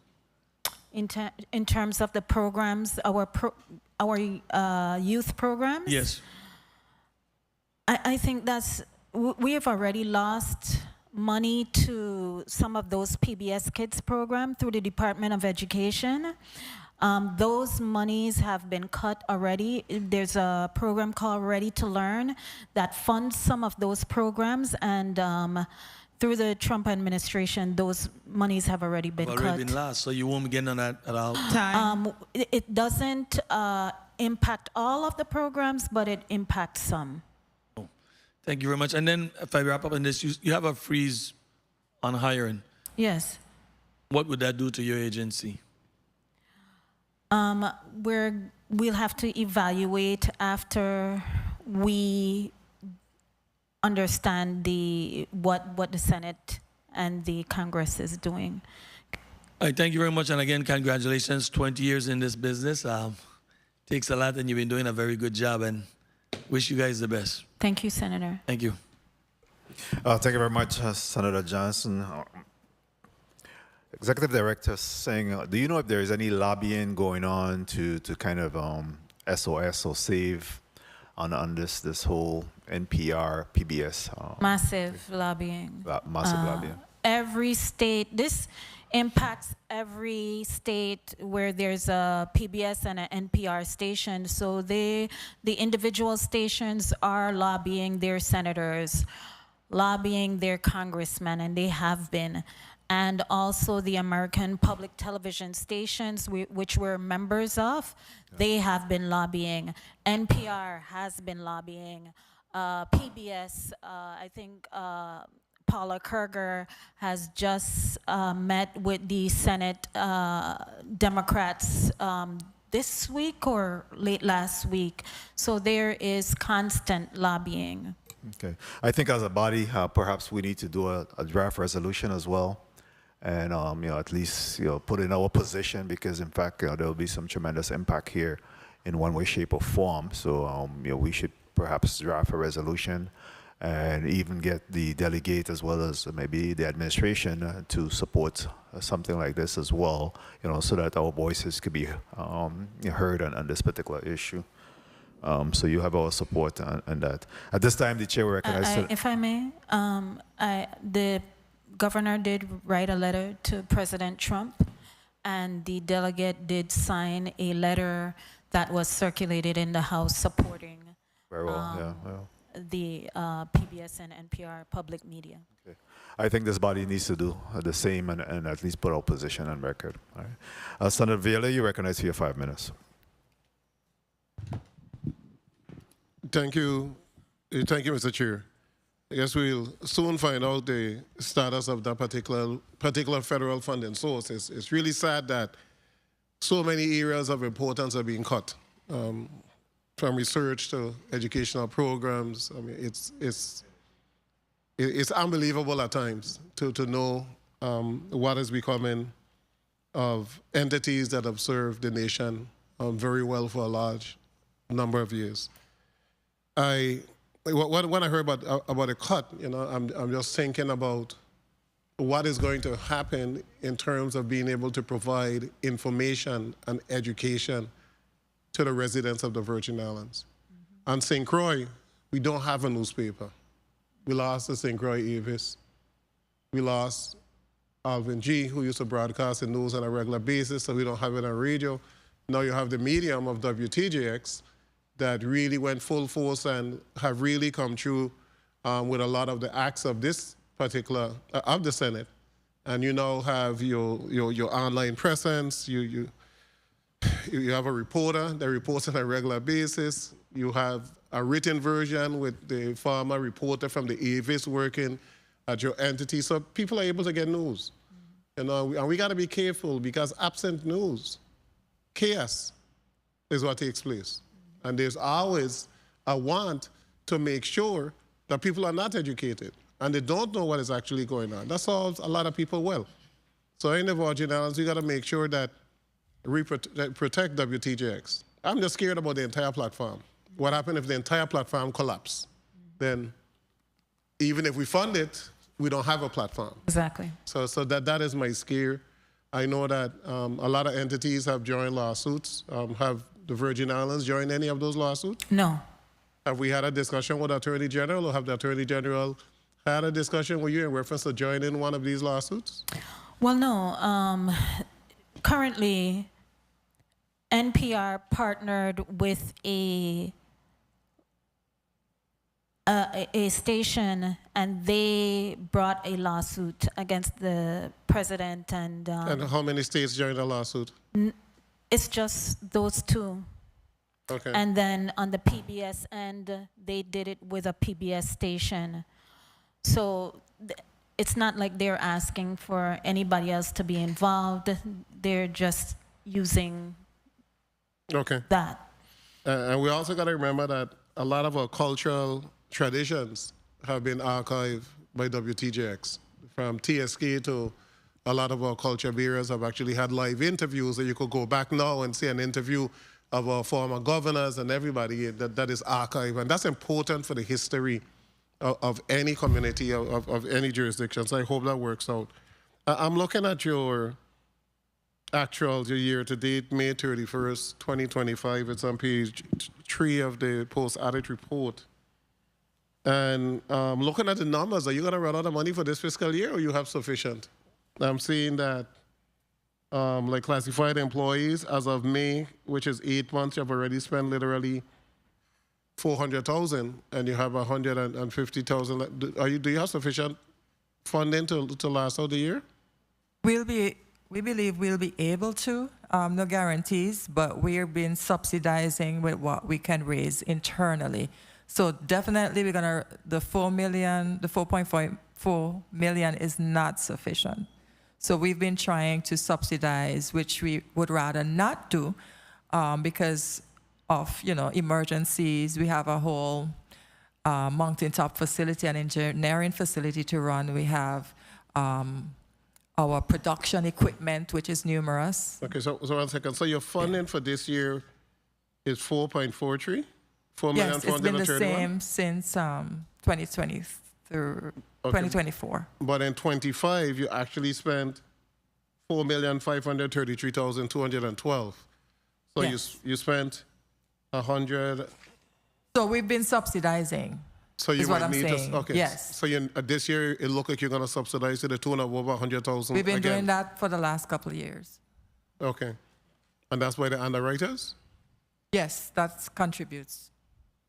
1 minute. How much underwriters do you have? I can't see the number of underwriters, but I can tell you in dollar amounts. Okay, I will come back there. In reference to the rent, you said FEMA is paying the rent? Yes. So rent is not included in that number. So when does that expire? 2027, we just expanded our lease that is expiring. When does a FEMA payment expire? Okay. Is there an expiration date or a termination date for the FEMA paying those amounts? As of this moment, the FEMA grant expires in September 2025. We couldn't expand it past the lease that we had. We just applied for the extension through 2027, being that we got the lease renewal. And in our conversations with FEMA and ODR, we expect Okay, so hold up. So if FEMA don't approve it, we 300,000 in the hole? 280,000 in the hole?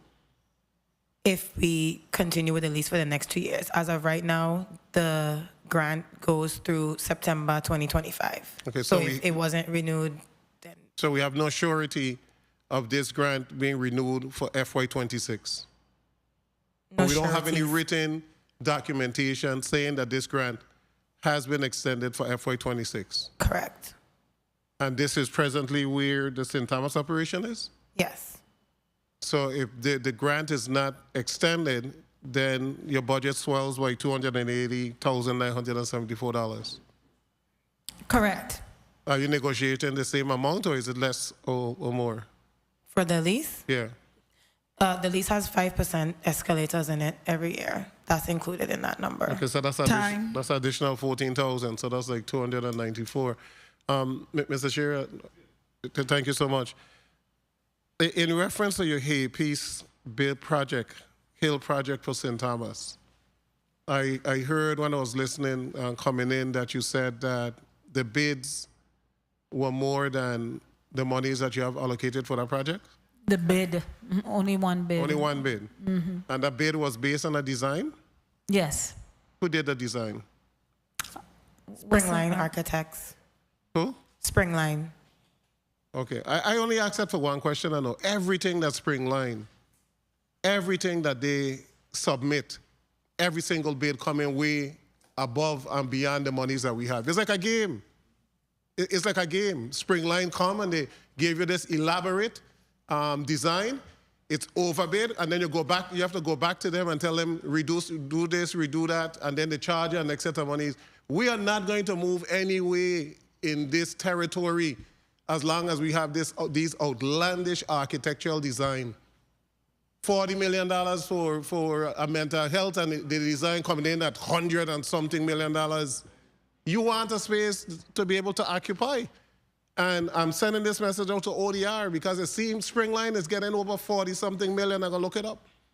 They're getting millions of dollars to design on behalf of this government, and every design that they design, when the bid come in, it's way over. Every single design.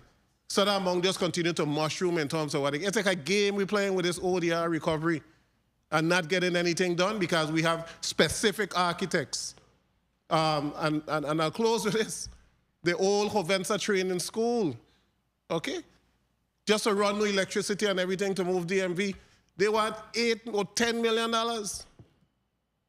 Again, way over-designed, way over-designed.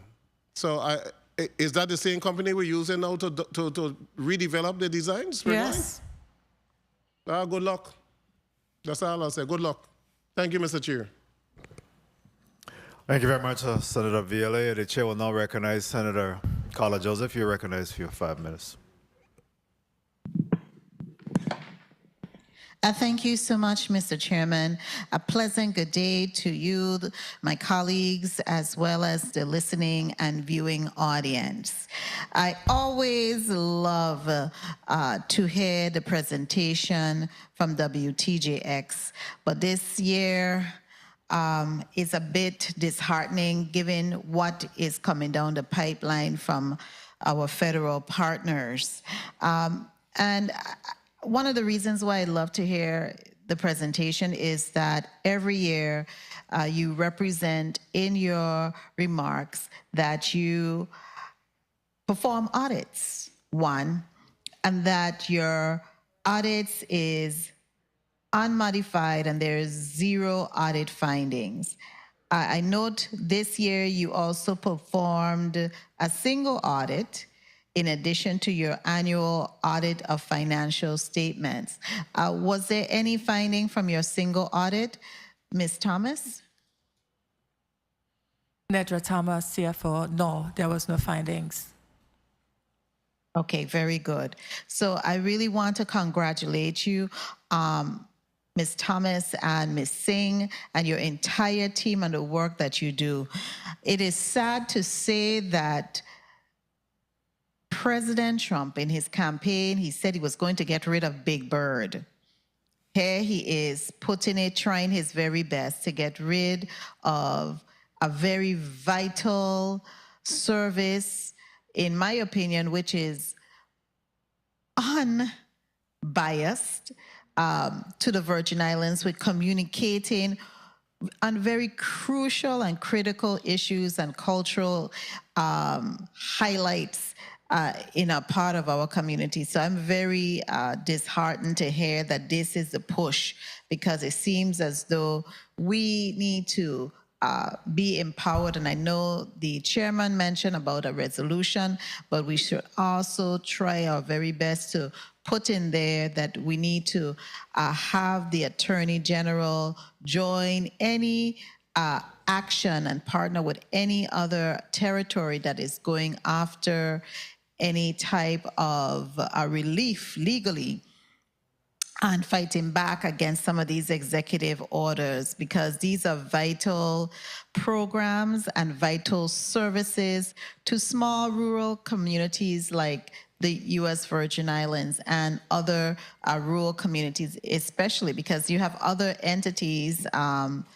other levels of communication, and they can get funding. But the Virgin Islands, we're very limited in who can underwrite the cost of public broadcasting. You have, for instance, a New York affiliate. They could get private sponsors, foundations, and the like to underwrite the cost.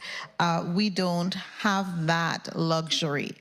Ms. Singh, would you be able to indicate who are some of the companies that you typically have who underwrite, local companies specifically, who underwrite the cost of your broadcasting? Off the top of my head, Senator, Bank of St. Croix, and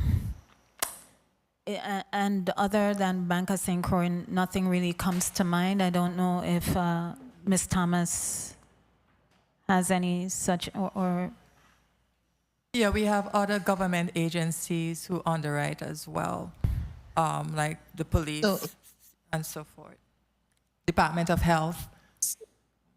Mm-hmm. So it's typically government entities who underwrite your broadcasting. And has any of our EDC beneficiaries also been approached to underwrite any aspect of your broadcasting? I would have to check with our development department and get back to you, Senator. Yeah, through the chair, let us know, because that's a vital thing. Because when you see the departure of federal or even local 1 funding, minute. you're seeing in certain jurisdiction the beef up of philanthropic entities and foundations who are able to supplement. And I wanted to ask you, you don't have any affiliation to any stateside foundation, Ms. Singh? No.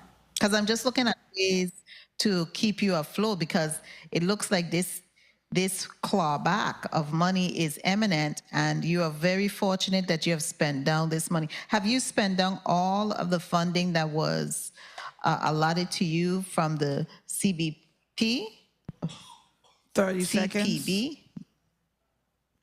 Netra Thomas, Chief Financial Officer. Not as yet. Our funding that is expiring on September 30th this year would be spent by September 30th. And the one that is expiring next September, we are paying our PBS dues. That's just over 800,000. So we still have the difference, which will contribute to our operating expenses in fiscal year 26. Okay. And with this amount that you have, how much do you have to expend to date for your fiscal year 2024 grant that ends in September 2025? Time. If that's been answered, you don't repeat yourself. Mr. Chairman, may I just conclude on that? You may, Senator. You may proceed, Senator.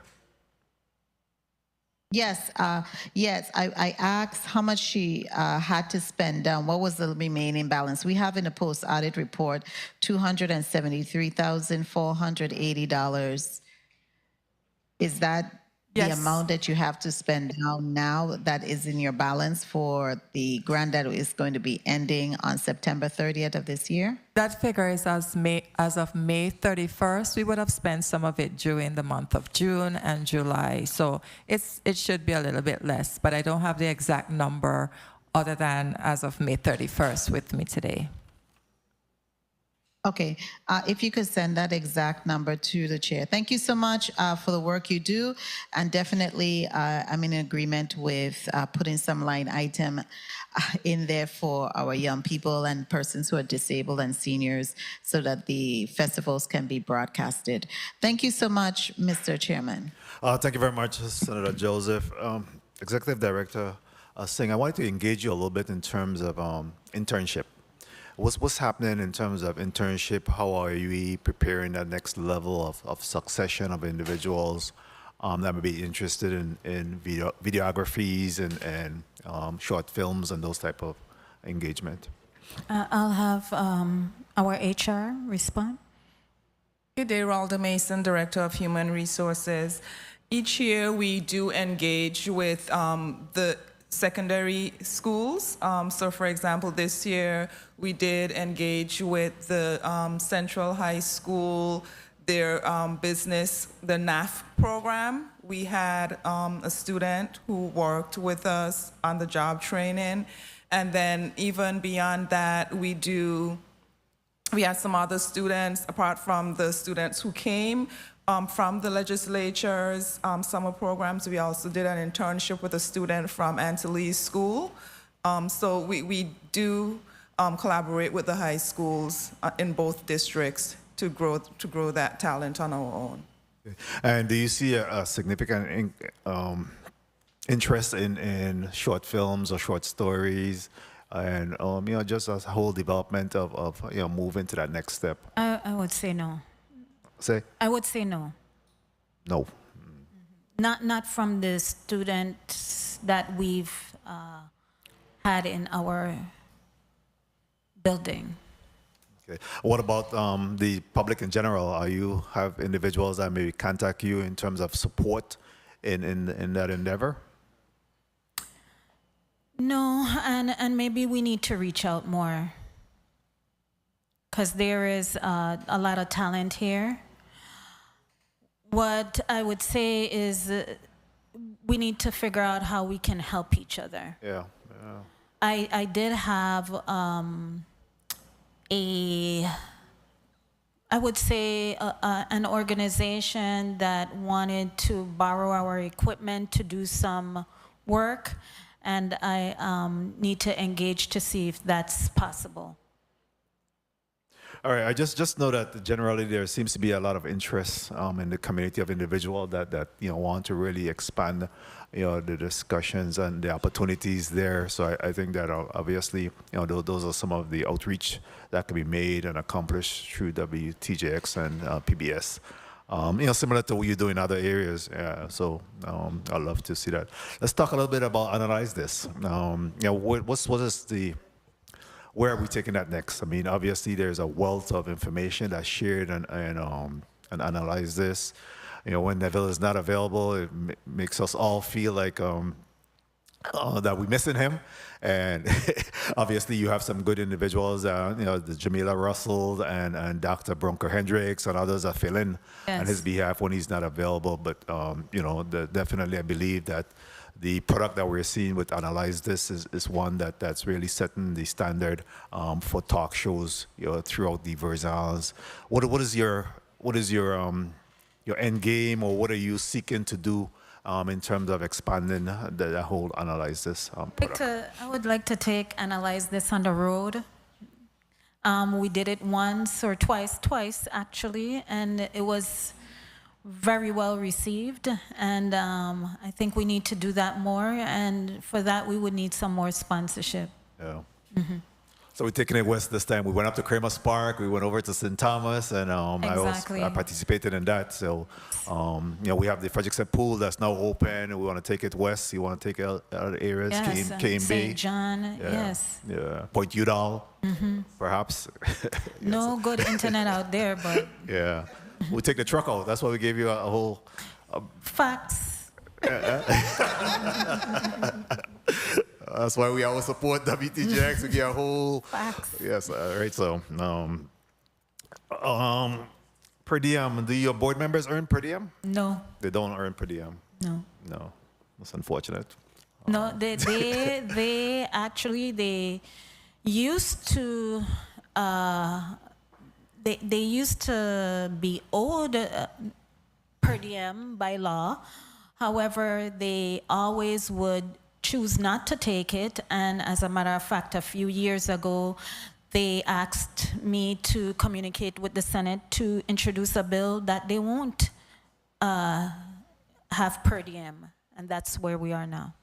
But there's always seems to be this great interest in individuals wanting to be board members of WTJX. There is? Board. Yeah, I mean, when I was Senate President twice, individuals that really wanted to serve, I didn't have enough. Or an individual? No, several. I mean, no, I couldn't even. I had to pick and choose. And in those instances, they had a lot of interest in being able, at least, for those positions I had, it was almost double the interest, honestly. Right, and I think what our board decided is that, we're a nonprofit. They don't want to take money from the organization, and that's how they want to operate, to give back, but not to take from. Very well. Any burning questions for my colleagues? We good? All right. So my burning question is, what keeps you up at night? What keeps you up at night? My successor. You ready to give up? You just made 20 years and you're ready to give up? Yeah, my successor is what keeps me up at night. Yeah. Talk about, let's do a deep dive on that. Why is that? So I am looking for a Virgin Islander that is not afraid of the work that we do here. And I work every single day, even if I'm away. And somebody that is dedicated to the station and its success and is gonna work and not complain. And we need a Virgin Islander because this is a Virgin Island company doing Virgin Islands cultural things. And we need that sensitivity. So what is your succession plan, and who are you training and preparing for that undertaking? So that's what my charge is this for the next year from my board, is to find that successor. So that's keeping me up at night. Okay, very well, very well. What about challenges? What are you seeing as some of the challenges, or maybe opportunities, but challenges that confront the system right now? Technology and making sure people engage technology in every aspect and maximizing the use of technology and new technology and keeping on the cusp to make the station better. And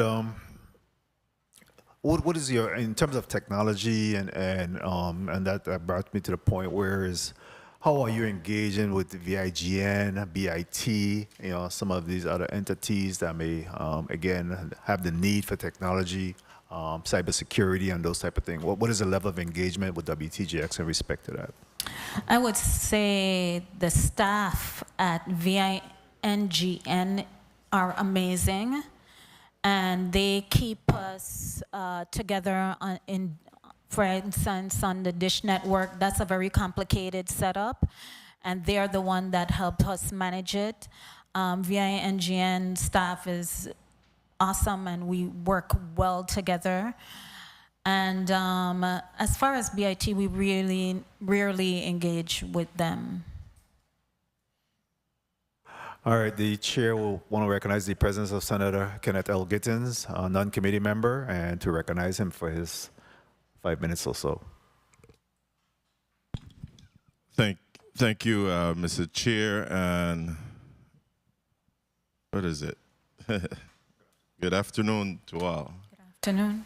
Not going to take a whole 5 minutes. I just wanted to commend you and your team at WTJX for all that you're doing. The expanded news line that you have is really critical to good information getting out there to our residents. I commend you on that. And you know, we're in the middle of hurricane season now, so your entity will again be crucial to the needs of this community. So I would hope that your ask today would have been what you want and not what you were told to ask for, because I know you have needs. And I too had an opportunity to visit your site here in St. Croix, and because of my security expertise, you know, I already asked you and your staff about securing that building a little more. I see evidence of people sleeping on under your awning there at nights, etc. People that are homeless or just refuse to go home for whatever reason. But hopefully you'll be able to enclose that area. And, you know, we had that talk too about, you know, when it's raining and whatnot, how do your employees get from inside your building to the upstairs of the radio station without getting wet? So you're going to need money. We won't melt. Say that again? We ain't evil, we won't melt. I know you won't melt, but people get sick, and we want you to get sick. So, again, I just wanted to place my accolades to you on record. Thank you. And ask that you all keep up the good work. And I wish that a lot of our semi-autonomous agencies, departments, and other agencies just take a page out of your book as well. All right? Thank you, sir. Thank you to you and the team. Thank you, Mr. Chair. And later on, I get a little something for you, okay? We're going to start this tart war today. Thank you. And big up to all the guava lovers out there. Thank you very much. As you can see, we see those testifiers here in the yellow. And from the time I saw that this morning, I said, we got some pineapple supporters in the house today. So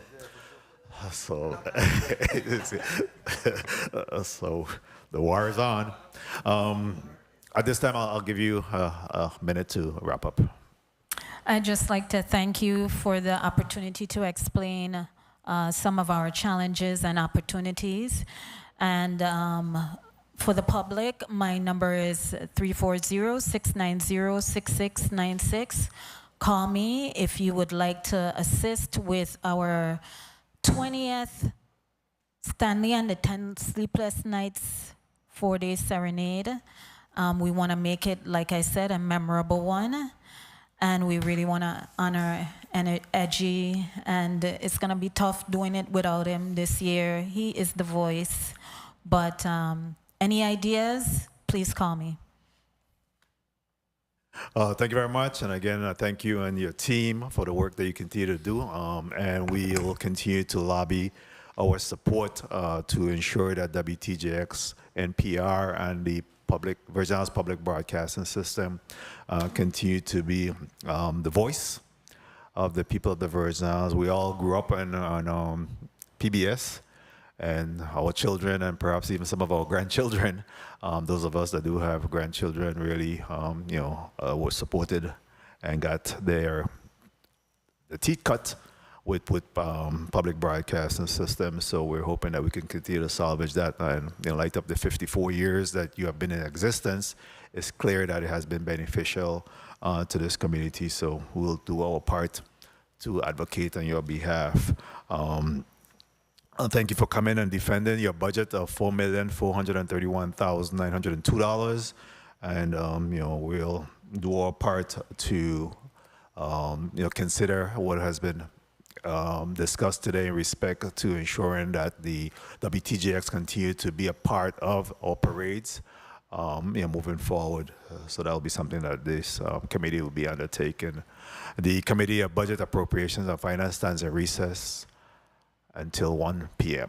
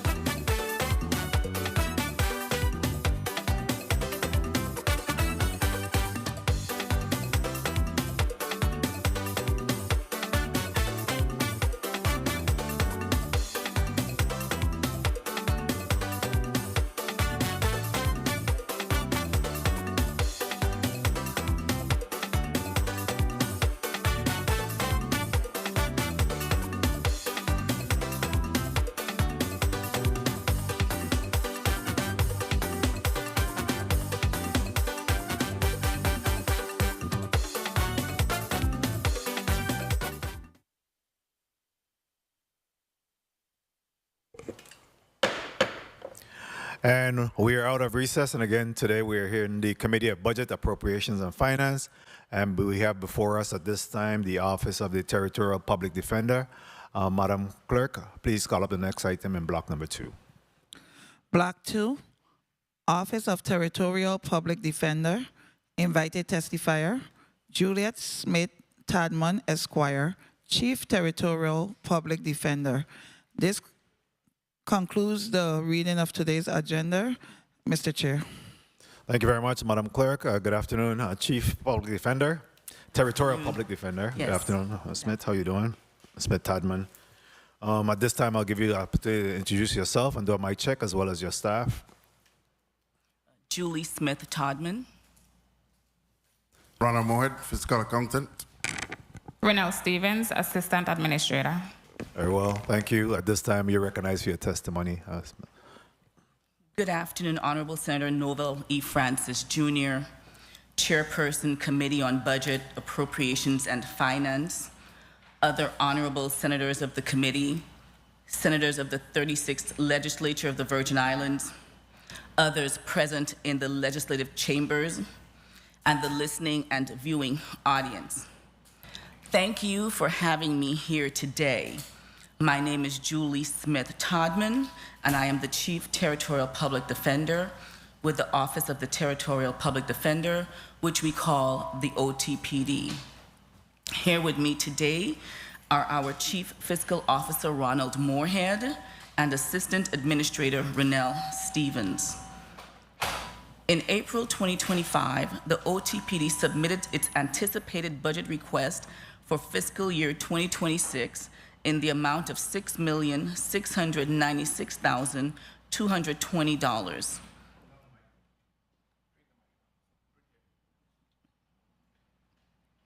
This year's request is comparable with the fiscal year 2025 budget request of $6,602,220, of which $6,133,220 was awarded. OTPD bases its request on the need for additional legal and support staff in each district, caseload growth, caseload complexity, digitizing case management, digital evidence review, employee retention, modernization, migration, expert witness retention, synthesization of digital evidence, and enhanced skills training for staff. I trust you will find this request essential to enhance our office's operational efficiency and effectiveness. The Office of the Territorial Public Defender was established on February 20th, 1973, pursuant to Title V, Chapter 302, Section 3521 of the Virgin Islands Code, for the purpose of representing indigent criminal defendants appearing before the Superior Court of the Virgin Islands and now the Virgin Islands Supreme Court. The OTPD will litigate the rights of its clients and the interests of the office up to and including the United States Supreme Court if necessary. The Office of the Territorial Public Defender is comprised of 2 divisions, one located in the District of St. Croix and the other located in the District of St. Thomas, St. John. Each division is staffed with attorneys licensed to practice law in the U.S. Virgin Islands or specially admitted to practice law in the Virgin Islands on behalf of OTPD. The OTPD also employs secretarial, investigative, administrative, and clerical personnel as deemed necessary. The OTPD's greatest resource is the talented men and women who carry out its daily mission to represent indigent defendants charged with criminal offenses. The St. Croix district is currently comprised of 8 trial attorneys. 1 trial attorney is also assigned to handle juvenile matters. Other staff include the administrator, the chief fiscal officer, the director of information technology, 1 investigator, 1 paralegal who is bilingual, 1 administrative assistant, 3 legal secretaries, 2 of whom are bilingual, 1 in Spanish and the other in French Creole Patois, 1 receptionist, and 1 custodian. The St. Thomas St. John district is presently comprised of 5 trial attorneys and the sole appellate territorial public defender. Other staff in the St. Thomas District include the assistant administrator, 1 investigator, 1 paralegal, network specialist, 1 administrative assistant, 3 legal secretaries, including 1 secretary who is bilingual, 1 receptionist, 1 messenger, and 1 custodian. The OTPD in St. Thomas is presently seeking applications to fill 2 attorney vacancies. Several of the OTPD personnel, because of their scope of work, serve both districts. Those staff members include the Chief Territorial Public Defender, Fiscal Accountant, Director of Information Technology, the Appellate Attorney, and the administrators. All employees of the office are unclassified and are members of the Government Employees Retirement System. Presently, the Office of the Territorial Public Defender is comprised of 38 employees. Before I continue, let me take this opportunity to express my gratitude to the staff of the OTPD for their commitment to the ideals of the mission of our organization and to our clients. Your dedication and unwavering support are acknowledged and appreciated. The OTPD is a semi-autonomous government agency governed by the Territorial Public Defender Administration Board, which consists of 5 attorneys from our community, the president of the Virgin Islands Bar Association or his or her designee, 2 appointees of the Chief Justice of the Supreme Court, 1 of whom must be a resident of St. Thomas St. John District and 1 a resident of the St. Croix District, 1 appointee of the Governor of the Virgin Islands, and 1 appointee of the President of the Virgin Islands Legislature. The terms of the members appointed by the Governor and the President of the Legislature are the same as the terms of the persons who appointed them. Of the 2 members appointed by the Chief Justice of the Supreme Court, 1 shall serve a term of 3 years, and the other 1 shall serve for a term of 2 years. A vacancy on the board is filled for the unexpired term of the previous member. The current members of the board are Clive Rivers, Esquire, Chairman, Melanie Turnbull, Esquire, Ezra Winter, Esquire, Amos Carty Jr., Esquire, and Daniel Sevajos, Esquire. OTPD seeks to employ a holistic approach to criminal defense. By this, we aim to meet our clients where they are. The ranks of criminal defendants are diverse, but they share many traits. They are indigent, more likely to lack formal education, some are unhoused, and some are likely to have mental health challenges. While any of these individual challenges may be significant, the promise that we have all made to each criminal defendant is that they have an absolute entitlement to a suite of rights and processes no different than the wealthy, the educated, and the sane. Territory-wide, the OTPD has 1,064 open cases as of June 30th, 2025. The St. Croix District has a total of 672 cases pending, 451 felonies, 132 of which are firearm cases, 15 murders, 87 misdemeanors, 9 juvenile matters, 106 driving under the influence cases, 3 writ of habeas matters, and 1 involuntary commitment. Our clients by gender are 579 males and a total of 96 females. As of June 30th, 2025, 174 new cases were appointed in the St. Croix District. 110 felonies includes 1 murder and 29 firearm cases, 36 misdemeanors, 5 juvenile matters, and 22 DUI cases. Of the 672 cases pending in the St. Croix District, 290 are active, yet to be resolved either through trial, plea, or dismissal, and 382 matters have been resolved and the clients are on probation. There are 392 total cases in the St. Thomas St. John District as of June 30th, 2025. 238 felonies, 54 of which are firearm cases, 5 murders, 70 misdemeanors, 25 juvenile matters, 40 DUI cases, and 14 appeals. In the St. Thomas St. John district, our clients by gender are 219 males and a total of 38 females.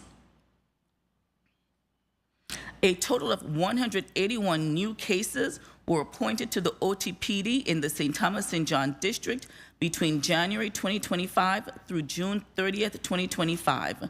91 felonies, which includes 2 murders and 9 firearms cases, 38 misdemeanors, 22 DUI cases, 20 juvenile matters, 4 appeals, and 4 extraditions.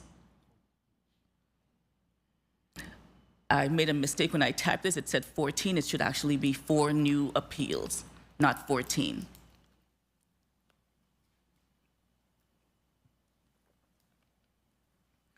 Of the 392 total cases pending in the St. Thomas St. John district, 262 matters are active, yet to be resolved either through trial, plea, or dismissal, and 130 matters have been resolved and the clients are on probation.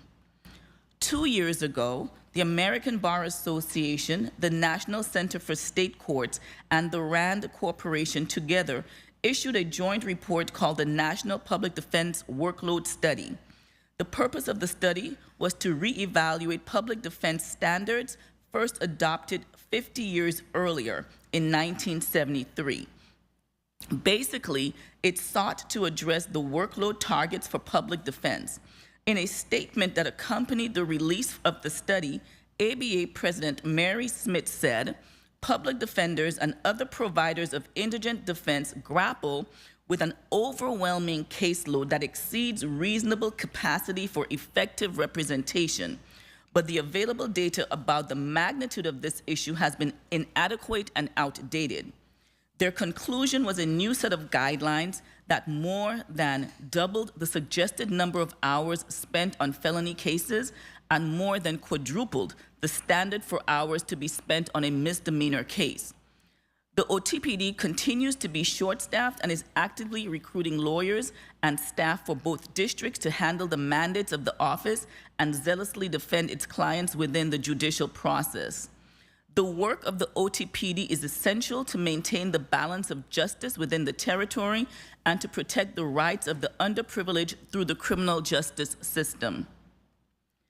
Because of the demanding caseload, an ongoing focus of our office has been to encourage attorneys and staff to take advantage of health and wellness programs both within and outside of the Virgin Islands government. Clients are best served by healthy attorneys. Having healthy attorneys is critical to our success. Too many attorneys are susceptible to burnout and stress-related issues. As a profession, attorneys have high rates of anxiety, depression, substance abuse, divorce, and suicidality. In a study of 13,000 practicing attorneys, between 21 and 36% reported having a drinking problem, and between 20 and 30% struggled with depression, anxiety, and stress. Public defenders are not excluded from those issues. Professor Alyssa Smith writes that the factors linked to burnout are particularly salient to the career of public defense, including high demanding work environments and the lack of autonomy, rewards, and recognition. Lawyers, particularly public defenders, confront disparaging societal views, negative jokes, and low public opinion, or more succinctly, as characterized by a former public defender, the feeling that everyone is against us. Public defenders are hampered by high caseloads and low salaries, exposure to structural stresses of injustice, compassion fatigue, secondary trauma from interacting with trauma-exposed clients, hostility from the public, and distrust from clients. Structural impediments like the lack of autonomy over court appearances and representing traumatized clients only serve to compound the restrictive and stressful environments. Recognizing the impact of these issues on our organization, it is both the practice and the continuing aim of this office to actively encourage our employees to avail themselves of health, wellness, and self-care programs, whether offered by the government of the Virgin Islands or outside professional sources. To aid in our belief in encouraging access to health and wellness programs, OTPD has instituted its own office health fair. We have brought in speakers on wellness and mindfulness topics. While we cannot eliminate all of the stresses which confront our attorneys and staff, we can promote workplace values that align with a healthy culture. That continues to be our goal. The budget as requested is essential to hire additional professional staff, maintain essential staffing at present levels, maintain our offices and working environment, and to provide the highest level of service to our clients. I'd like to provide some details on 4 major areas of importance that have been implemented in order to improve our processes, technology, and modernization. In last year's budget testimony, I introduced this body to Defender Data. The Defender Data case management system, more affectionately just known as DD around the office, is now fully implemented and in operation for OTPD. Defender Data is a software tool built especially for those providing criminal defense services to the indigent. It allows tracking of a broad swath of information in every case. The data that I can provide to you this year was not gathered by any special project, but rather was gathered as a part of our everyday duties. DD allowed us to identify that data and prepare it for distribution when needed. DD also allows our office to more effectively manage its litigations. DD is not a system that analyzes arguments or evidence. It is not directly concerned with the facts of the crime. It simply records the null and bolts data from our litigations, allowing our office to leverage that information when needed. Each case that OTPD is involved in has a corresponding DD file. That file includes personal information about the client, details on the charges, the identification of all persons playing a role in the case, the filing of motions and documents, and tracking to allow for more streamlined reporting. That both simplifies the regular reporting by our attorneys, but it also bolsters the reporting that we can provide to this body. To provide some examples, it is now just a few clicks to determine how many mental health related cases we now have in the office. A few more clicks display the number of gun cases we are involved in. It informs us when someone was involved in a prior OTPD matter, making our conflict checks based more upon data than recollection. It takes all of the information and connection that exists between our files and allows them to be identified and extracted. To date, it has been a success across the board. All active OTPD cases in both districts are now entered into the system. Additionally, as new matters come in daily, new entries are created. We also have staff working to input some of the more recently closed matters in order to provide a more thorough picture from the data. It is anticipated that older cases up to and through 2018 will be manually uploaded to Defender Data in the upcoming months. While our attorneys are typically accessing this data from their desks, they have also begun to use the system while in court. Remote access to the DD CMS allows our attorneys to access this data from a browser or from their mobile device. After many months of planning, assessment, and data entry, we now have a product which simplifies the management of case information. We are proud of that accomplishment, and it's already paying dividends. The Office of the Territorial Public Defender is the first line of defense for its clients in the criminal justice system in the Virgin Islands. The office currently manages over 1,000 cases annually, a significantly higher caseload than that of the Office of Conflict Counsel, any private criminal defense firm, or criminal defense attorney court-appointed to handle cases when the OTPD has a conflict. To address the increasing complexity of our cases, many of which involve thousands, if not hundreds of thousands of digital records, including body cam footage, emails, text messages, and other communications, we have identified Reduct as our preferred discovery vendor. Reduct will manage the discovery process for experts and handle large data sets in technologically advanced cases, create timelines for language translation, and sequence video footage with transcripts, enhancing case preparation efficiency.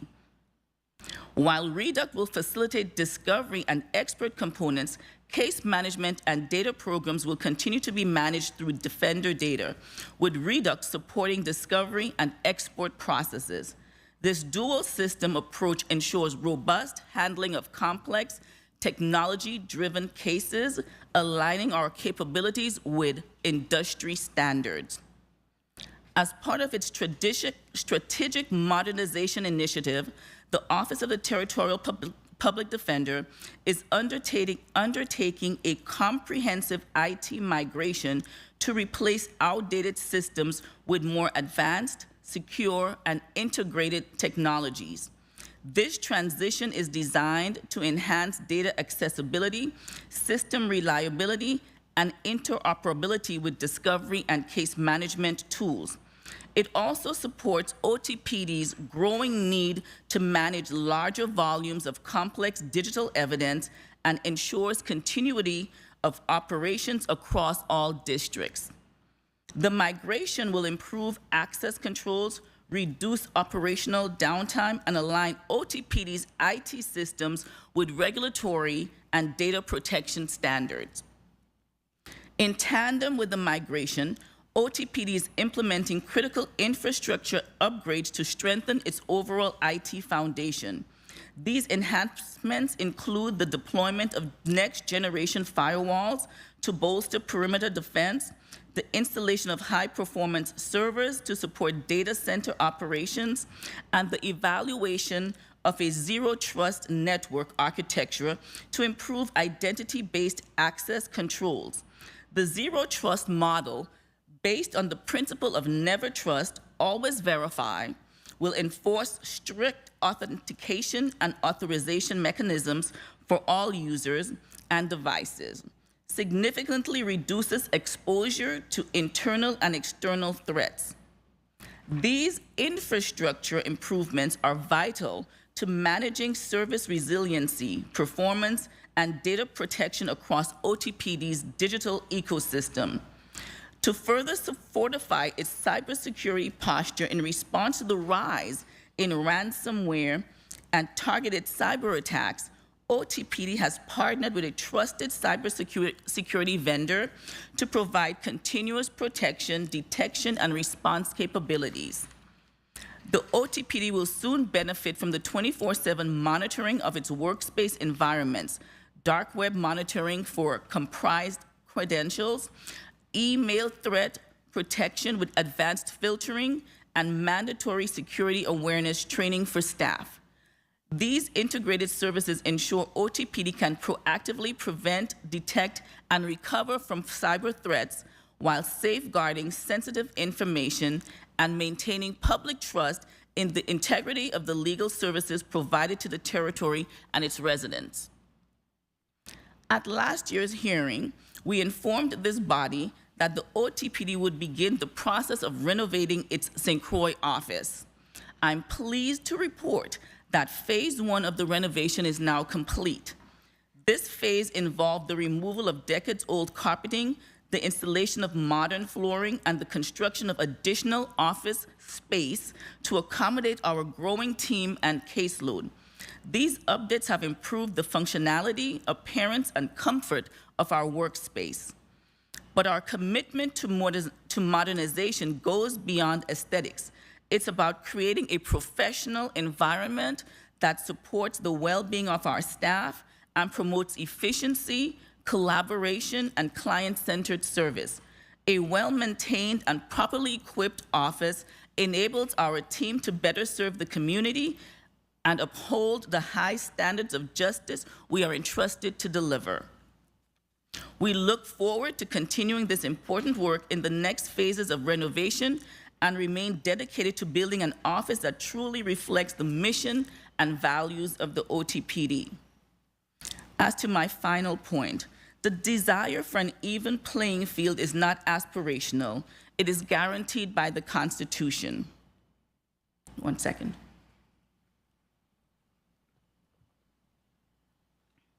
When the OTPD emphasizes parity, we refer to parity in our local system. The key to a fair process is parity in funding.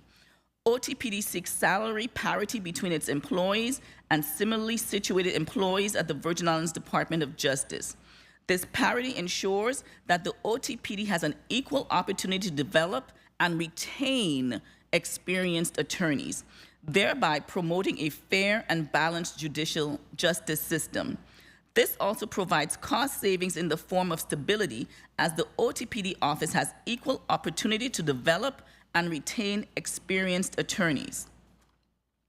By properly funding the OTPD, the legislature assists the OTPD in not only meeting, but upholding the OTPD's legal mandate under the Sixth Amendment. Providing parity to defendants also means providing the defense with expertise that it must hire. The prosecution can call an FBI technician to testify about DNA evidence without hiring an expert witness. It can have a trained firearms handler testify about their expertise. For a criminal defendant, though, there is no similar in-house stable of expertise. In defending an accused, we rely on retained experts, specially selected for their training, education, and experience in a field. Increasing the availability of expert witnesses to our attorneys levels the playing field. In Ake versus Oklahoma, the United States Supreme Court affirmed that when the government brings its judicial power to bear on an indigent defendant in a criminal proceeding, it is required to take steps to assure that the defendant has a fair opportunity to present his or her defense. That not only means that the defendant gets an attorney, even if he cannot afford one, it means that the defendant gets what is required to assure fairness. The issue in Ake was specifically whether the court was required to retain an expert witness for an indigent client that could not afford their own. The holding is not limited to expert witnesses. In its broadest sense, it demands for an equal footing between the prosecution and the defendant, parity. We must remember that equal footing means exactly that, equal. As technology advances, criminal cases rely on expert witnesses, detailed expert reports, and complex scientific or technical concepts. To engage effectively with experts and ensure strong representation, our attorneys require targeted training. No one wants to see a case that won or lost simply because one side lacked the resources to retain or understand expert testimony. When there is parity, justice prevails. In addition to expert engagement, maintaining and enhancing staff expertise through ongoing skills training is also essential. We propose ensuring that staff attend high-quality training events in key areas, including white-collar crime, accident reconstruction, murder, mayhem, sex crimes, crimes involving children, theft, complex discovery matters, appellate matters, DUI and drug cases, DNA, and a myriad of other topics. Additional training will focus on modernization and emerging technologies, enabling our office to demonstrate state-of-the-art expertise. This investment in human capital will ensure our team is equipped to handle the evolving demands of our caseload and leverage new tools effectively. This year's request seeks basic funding to ensure competence amongst our attorneys and staff. The OTPD workload is intense, but with this level of funding, we can ensure delivery of what the Constitution mandates. Before concluding and moving into your questions, OTPD would like to spend a moment looking back at our accomplishments and setting out new goals for the upcoming year. As to accomplishments, The Office of the Territorial Public Defender is the sub-recipient of the coronavirus state and local fiscal recovery funds established under the American Rescue Plan Act. These funds give eligible state and local governments a substantial infusion of resources to reimburse for pandemic response needs. OTPD was awarded Federal Grant Award Number SLFRP 3818/Q2KHYDLL2M54 from the Government of the Virgin Islands through the Office of Management and Budget in the sum of $361,472.99. To date, I am pleased to announce that OTPD has fulfilled the requirements of this grant and as a result has received $361,472.83 of the awarded funds. Stability and consistent achievement are the bedrock for OTPD's peerless record. Looking forward, OTPD is beginning to bridge the digital divide by digitizing its case management system. For all the reasons briefly outlined above, OTPD believes that the new Defender Data Case Management System will significantly increase our efficiency and overall effectiveness. The OTPD continues to invest in our personnel by providing training opportunities for legal, administrative, and secretarial staff to improve and learn new skills, which is the second prong of the strategy to bridge the digital divide. Caring for the well-being of its employees is a top priority for OTPD leadership. In support of this goal, OTPD partnered with the Division of Personnel to host its annual Health Fair Day, providing staff with access to preventative health screenings.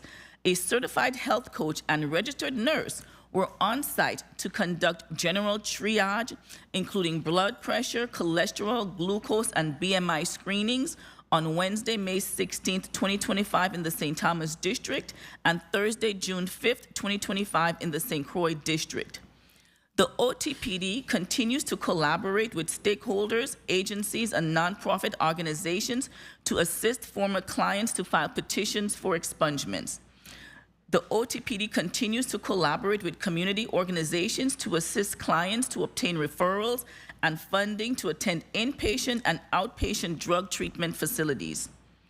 The OTPD partnered with the VI Justice Initiative to promote the Know Your Rights and Teen Intervention and Criminal Deterrent Project campaign in our community. OTPD attorneys have gone to schools, after-school programs, summer camps to discuss relevant topics, including but not limited to online safety, how court involvement affects your future, and the true impact of an arrest and conviction. The attorneys spoke to over 155 students in the in-school suspension program representing 5th to 12th grades in the St. Thomas District. 95 boys and 60 girls participated. 91% surveyed felt that the attorneys did a good job. 89% indicated that they learned something from the training, and 87% surveyed liked the training. At this time, we don't have statistics from the St. Croix District. Our goals for the remainder of 2025 and for fiscal year 2026. Client support. Refer clients to agencies that assist with expungement of criminal records. Staff recruitment. Actively recruit qualified legal and support staff to fill current vacancies in both the St. Thomas, St. John, and St. Croix districts. Technology upgrade. Upgrade computer hardware and operating systems throughout the OTPD to improve efficiency and security. Community collaboration. Work collaboratively with community stakeholders to provide opportunities for education, treatment, and rehabilitation services for clients. Capital improvement projects.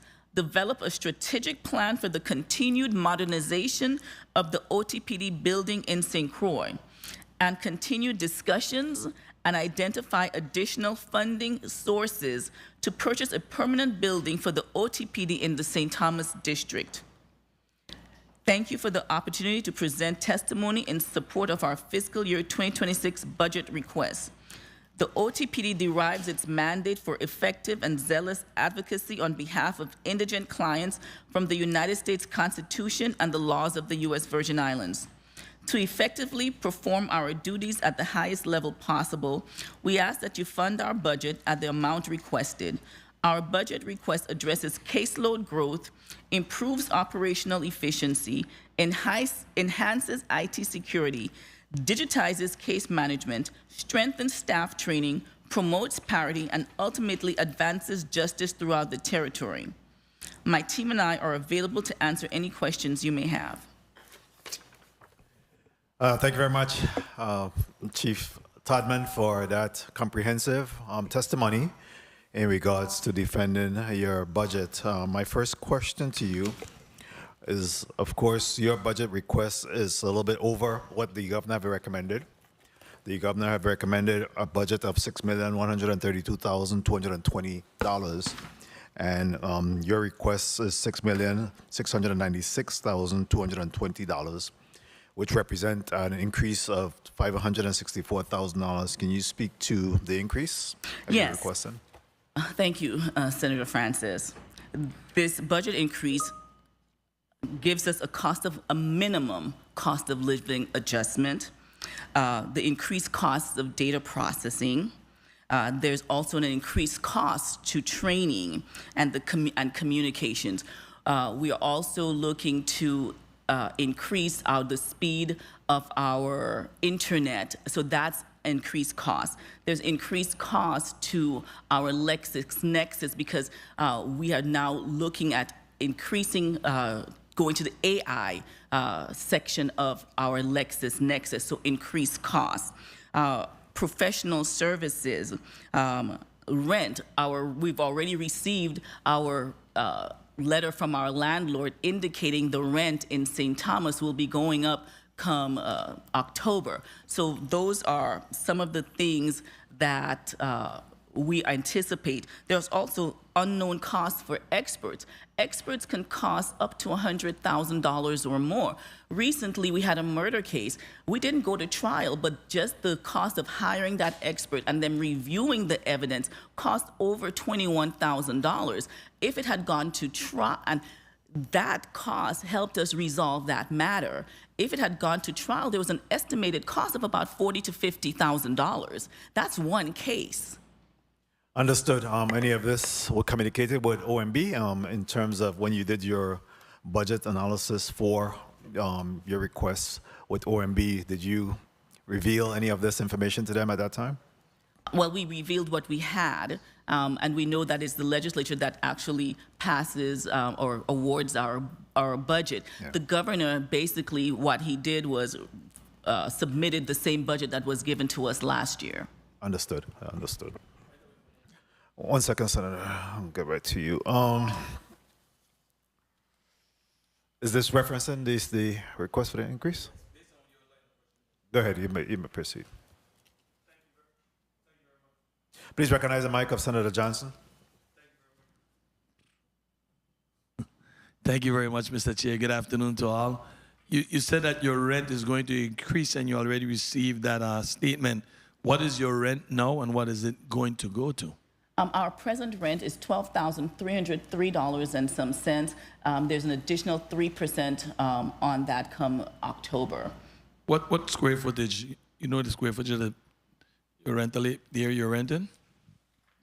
Ronald Moorhead, it's approximately about 5,000 square feet. Thank you very much, Mr. Chair. Thank you. And for the record, there have been some discussion in regards to the purchase of a building to help to, again, move towards the issue of the continuous increase in rent and be able to own, similar to what was done on St. Croix. So we'll be discussing that as well during the budget markup. Have you received all of your allotment for FY 2025 thus far? We have received our first 9 months, correct. First 9 months. Any deductions or reduction to that at all? None so far. Very well. Vendors payment, are you up to date with your vendors payment? Yes, we are. Okay. And do you pay into the single payers utility? Do you pay your own? We pay our own bills. Okay. Are you up to date with your utility and electrical and water? We updated all our utilities. As of what date? June 30th. June 30th. Very well. Federal funding. Do you receive any federal funding? At this time, we do not, except for what we've received under the grant, Okay. which was a reimbursement for costs expended during the pandemic. Have you applied for any federal funding through LEPC or any other entity? We have looked at what we could qualify for. I must admit that most of it we do not qualify for. It's mainly for the VIPD, VI Justice, Department of Justice. There's no funds per se out there for public defenders. Have you received any funding from the administration in regards to from ARPA, CARES Act, OIA, any of those, which is Office of Insular Affairs? The only funding we received was through ARPA, which was the funding that we got the grant for, and which we have fully received now, except probably for 14 cents. Yes. Okay. 16 cents. Yes. Very well. At this time, I'll open up the floor to a round of questions from my colleagues, and I'll get back with some additional questions. Senator Blyden, you're recognized for your 5 minutes. Thank you so much, Mr. Chair. Good afternoon again to my colleagues. Good afternoon, Chief Good afternoon. Todman, Thank you. CFO Moorhead, and Assistant Administrator Stephen, and thank you so much for your testimony. Let me ask you, because you spoke to in your testimony vacancies. You say you have 38 employees you have, correct? Correct. 38? Correct. Ms. Todman, and you have 3 vacancies or 4? Go ahead. Please speak directly into the mic and identify yourself before, because the recorder is off. Reynolds Stevens, Assistant Administrator. We currently have 38 employees, 4 vacancies. Okay, the intervention outreach coordinator, that's like vacancy. How long has that position been vacant, and what's the progress in terms of bringing someone on board? Because I believe that's critical to those individuals that the attorneys are representing. Well, we hope to be able to post the vacancy announcement pretty soon. It was a discussion with our attorneys as to the needs of our clients in developing this position. So we have finished the scope of the job specs, and now is to post that. And you spoke to your caseload and you manage over 1,000 caseload per year. Of your attorneys, what's the average caseload per attorney? It can range anywhere from 50 to 70 per attorneys. Right now, previously, when we were short-staffed, an attorney could handle more, would have more than that.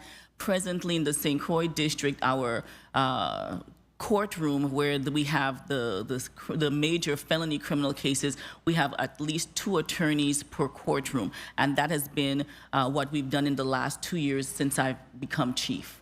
I believe you stated you have 8 attorneys in St. Croix and you have 5 in St. Thomas, and you have 2 vacancies in the district, correct? 2 vacancies in the St. Thomas district. So there are 3 courtrooms. There's actually 4 courtrooms, but one of those courtrooms handles complex litigation, and that judge does not handle as many cases, criminal cases. So of the 3 courtrooms, we have 2 attorneys assigned to those courtrooms in St. Croix.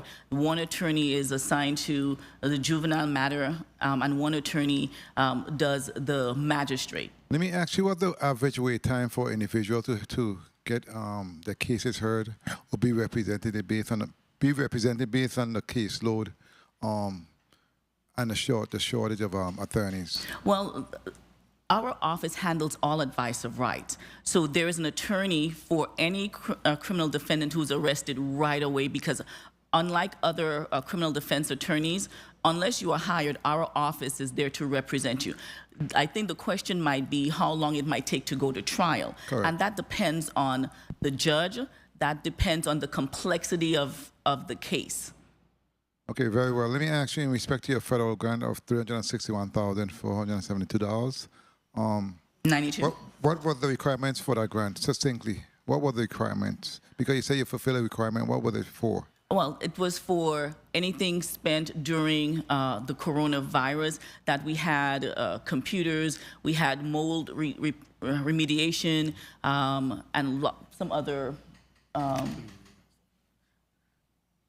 Okay. Very well. I was just interested in that. Let me ask you, in respect to the post-audit report, and you spoke to CFO Moorhead, said you pay your own utility bills, right? But looking at the post-audit report, electricity for 24 expended was $245,854.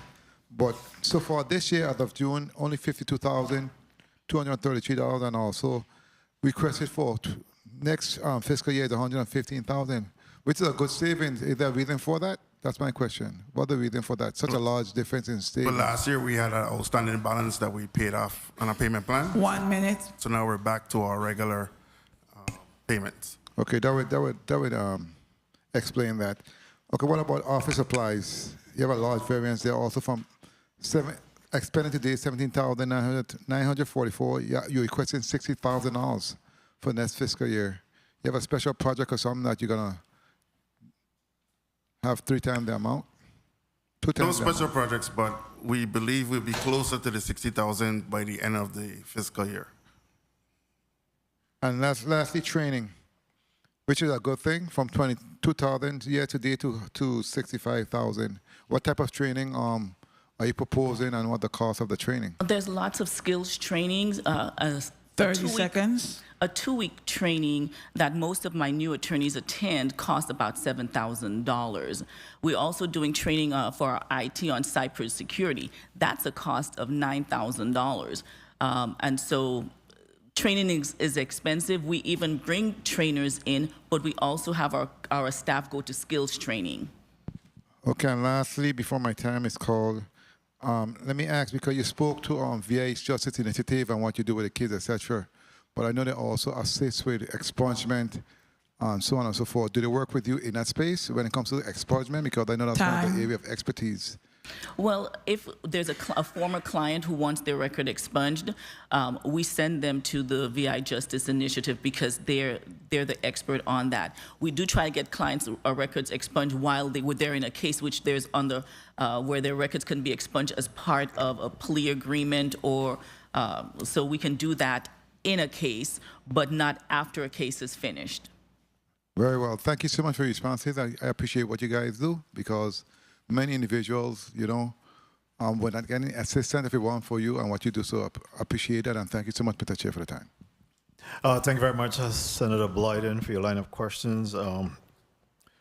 Chief Tadman, in respect to, what do you attribute to so many open cases? You have over 1,064, I think you gave, in terms of open cases. Well, what do you attribute that to? Well, we actually we've closed quite a few cases, but sometimes it's the complexity of the case. You need experts. You need the expert reports. You have to engage experts.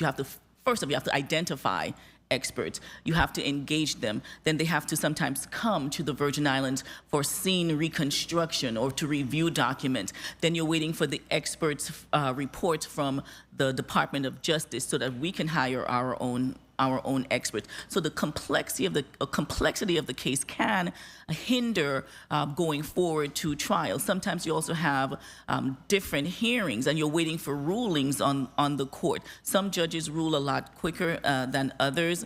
Some cases involve clients who have mental health issues.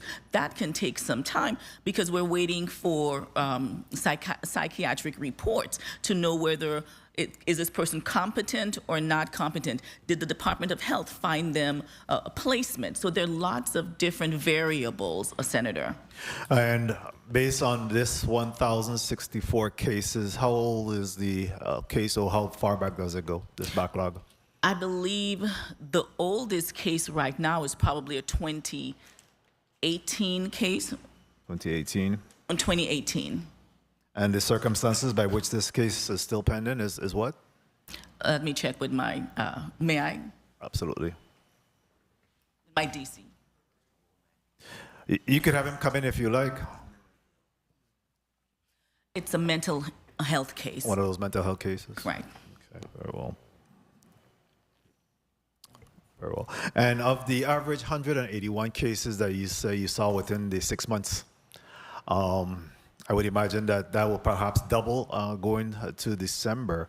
Correct. Out of that, how many of those cases remain open of the 181 within the last 6 months? You know what? I'd have to check and see if we have what was closed during that time. That's just part of the numbers that we have that's still open overall. I may not have the number right now as to what was closed in between January to June of this year. Okay. All right, very well. Okay, let me go on to the next senator, then we come back and discuss that a little bit more. Senator Hubert Fredericks, you recognize for your 5 minutes. Thank you very much, Mr. Chair. A pleasant good afternoon, colleagues, testifiers, listening and viewing audience, central staff. Chief Todman, I want to thank you guys for coming and sharing all this information with us. I was just amazed at the statistics. Your testimony on page 4 has, to me, a gold mine when it comes to a social scientist or a behavioral specialist or a criminologist spending time finding out what our ills are in the Virgin Islands. This is incredible numbers. Just within the last month, ending of 6/30/25, if you parallel the two districts, they're almost similar in terms of felonies, DUIs, firearm, except, well, firearm was a little extra. I don't know what's going on in St. Thomas with firearm, but it's quite a bit compared to St. Croix. But murders, they run parallel, two different districts, and you would think that, you know, it would be different, but it's almost like we're on one island. And we were able to get all of this information, because before we would get this information manually, but DD allows us, our case management system allows us to plug in that information as soon as we get a case, so we can pull it. So who's studying this data now? Well, we present it as necessary. Sometimes I've had to present it at the VI Judicial Council. I've had to present it to you. They've requested information on mental health cases depending on the organization. So we're able to pull that now a lot easier than we were before. And I commend you for this. This is incredible, but I want us to use this data to help us with the prevention aspect of the crimes. You know, what can we get out of this information that will help us forecast future situations that we could try to avoid? What programs do we need to put in place to reduce these numbers? Are we doing any of this type work, or anyone that you know of, or did anyone ask? Well, I'm happy to report that at least our office is trying really hard to do our share. That's why we started our teen deterrence project with the VI Justice Initiative. We can only do so much, and I guess lots of community actors are doing their share, right? So we try our very best to get our youth from young to understand the ramifications of the criminal justice system. Okay, I just think we're gonna have to work on that. Yeah, I think this is gonna help us once we could get someone to help us analyze this data. So let's talk about some expenses here. I was looking at your expenses, and I just had some questions why the numbers were going the other way. Post audit. Let's see here. On the post audit report, it talks about. Oops, I was so excited I lost my page. Okay, let's start page 3. No, let's start with page 4. So I see we have some small tools, minor equipment. In FY24, it was $165,659. Through this year, 6/30/25, it's down to $15,005. What's going on there? Why is such a substantial decrease? Okay, Ronald Moore again. In FY24, that's when we have made the major purchase for our laptops for the office. So that was like a one-time equipment purchase. So hopefully we don't need them for another 3-4 years. Okay, and food. Why was food so high at $28,589? That's when we actually last year was the first time we had attorney training, an all-day attorney training as part of our staff training and appreciation.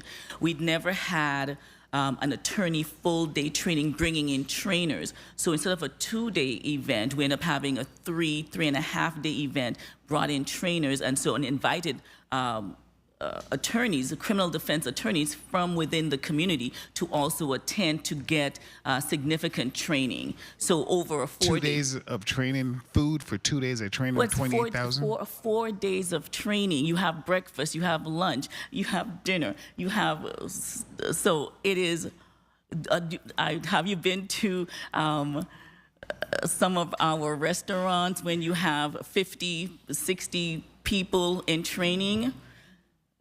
Okay. The only reason I say that, it sticks out, you know. It does. It really does. And we're here looking at costs because we're the ones that have to try to find the money to fund your organization. And, you know, you're asking for even more, you know, so this matters. This is a big number, and that's what I'm asking. I understand it. It does. Okay, we're just gonna have to do takeouts then. All right. Yeah, let's understood. Look. Professional services. There's another deep discount from the last time. 135,644, and we're down to 50,024. What are we doing better, different? The numbers look great. Some of it is 30 seconds. Experts, and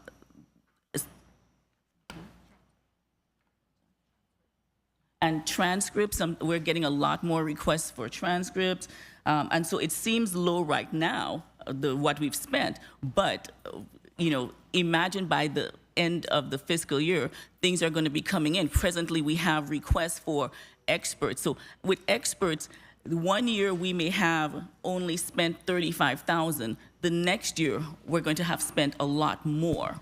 Yeah, so Mr. Chair, if I may, so we're down to 3 more months the last quarter. So I'm just looking at the way you've been tracking, and it just seems like you haven't been spending as much. Because it's going to change. Because next year we could spend $200,000 on experts because we could have 4 murder cases go to trial as opposed to only 1. And we've got an extra $2 million left to spend before the end of September, right? Well, the thing is, based on the code, those monies remain with the agency until they're spent. They do not go back to OMB, and I believe that's how all of the semi-autonomous government agencies' statutes are set up. So then we have the funding for the experts that have been requested recently by my staff for cases that are upcoming.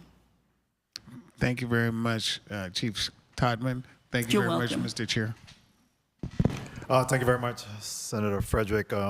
Chief, one of the important point that I thought that my colleague made was in regards to how do we mine the data that's now being collected by DD, which I think is extremely critical and important that you're able to develop that demographical information as well as trending and behavior patterns, you know, by some of the individuals that fall within your system. And I don't know that we need a whole lot of, I mean, these are usually done by psychologists and sociologists to really look and, you know, develop patterns and trends and come up with some suggestion in terms of how do we offset that by prevention programs or other means. But I think that AI is a good opportunity for us to be able to, again, mine some of that data and be able to spit out some analysis that could give us some more precise trending that's being developed from this data. So I'm hoping that you capitalize on the utilization of AI, artificial intelligence, to help you to be able to mine the data, you know, somewhat so that you could be able to do a deep dive on what's happening within the community with these criminal behavior there. What do you say about that? Well, all we can do right now is we have the ability to collect it. You know, we're first on the ground when it comes to someone who's charged. We're not there in the schools. We're not there in the homes, right? And so we can only tell you what this data has shown us to be.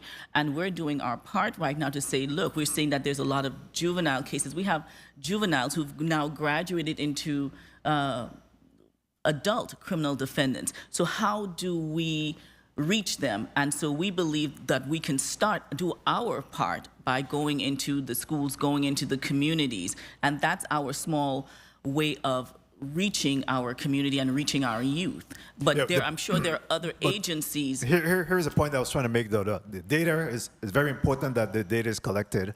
And of course, now you have the opportunity to collect the data. But how do we mine that data? How do we analyze it to tell us what's happening within that space? And I'm saying that AI is available to support those type of analysis and be able to give you some guidance in respect to suggestions that you could bring back to the policymakers, decision makers, of how do we then make sure that we put in place programs to be able to assist and support our schools and our communities and neighborhoods in terms of what you're seeing. And there's very, very important data that you're able to collect based on information that you put into your system, the DD system, that you're able to, again, gather from your clients. Well, I'm hopeful that the agencies who are listening to this broadcast today and the community leaders reach out and, because we do get requests for how many do we have in mental health institutions. But, we can provide it to them because they do one part of the work, we do another part. And so I'm not sure about that, Senator. I'm not sure where I'm not reaching you here, so we'll move on from there because I don't think I'm reaching you in terms of, we don't need anyone. You have the data there, and you don't have to do anything else but enter this data now into AI that will do all of this analysis for you. For us, because then that information will be able to be passed on. So we will take some of this data that you have provided for us and do some of it ourselves as well. To be able to look and help us to drive. It's important to collect the data, but just having the data and not doing anything with it, it defeats the purpose of collecting it. Well, that is out of our hands. Okay. Very well. I'm missing you on this one, but that's fine. That's okay. Yeah. We'll see again what the data. I'm a criminologist by trade, so I think that the collection of this data is critical. This has been lacking for quite some time, or it's piecemeal because the police department collects some of that data, you collect some of the data, the courts collect some of this data, but just being able to harness all of this data now and mind it, is very telling of what we could get from it. So. We'll see where we go there with that. I think what we do need, especially when I can tell you for mental health cases, I think we need a location where we can treat our clients who have mental health issues, right? And so we see here that you can see that we have mental health clients. Then we need to invest in that. That's one way. But again, that has been my life work. I don't have the answers to those questions. No problem. Point of information, Senator Frederick. Very much, Mr. Chair. I understand both perspectives here, but what I think the chair is trying to say, which is what I was saying too, we have an opportunity with this data to provide information that we don't currently have. Why people are behaving the way they're behaving, why are they committing certain types of crimes. There's a plethora of information that you could use from this that will help your staff in the way you guys approach the way you approach these cases. The information can't hurt. So if you don't want to accept the AI analogy, maybe other experts could assist you to mine this data and provide information to you and your staff. You talked about training. You're spending a lot of money on food. Try spending some on getting some pros help you analyze the data. That's going to help all of us. It's critical. This information is the future. We have some now. We're doing a great job. Let's use it now. We have to analyze this data. Just telling us, there's 3 felonies on St. Thomas, 4 on St. Croix. Let's go deeper into it and let's see if we could be. But that's not our job. That's not my job, sir. But it's going to help you do your job better. Sorry. Yeah, it's going to help you do your job better. Trust me. And your staff. Well, thank you for that, but I'm going to say again, my job is to defend the client when a case comes into our office.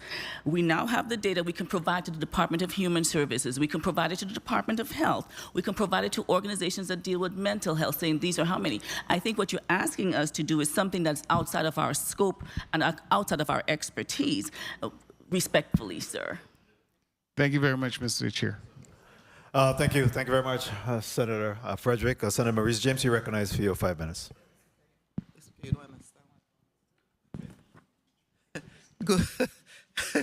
Good afternoon. Good afternoon, Virgin Islands. Good afternoon, testifiers. Good afternoon, Senator. We're having a little debate here on the side, but you know, I love a good debate. There is a difference between my colleague and I. And I totally agree with you.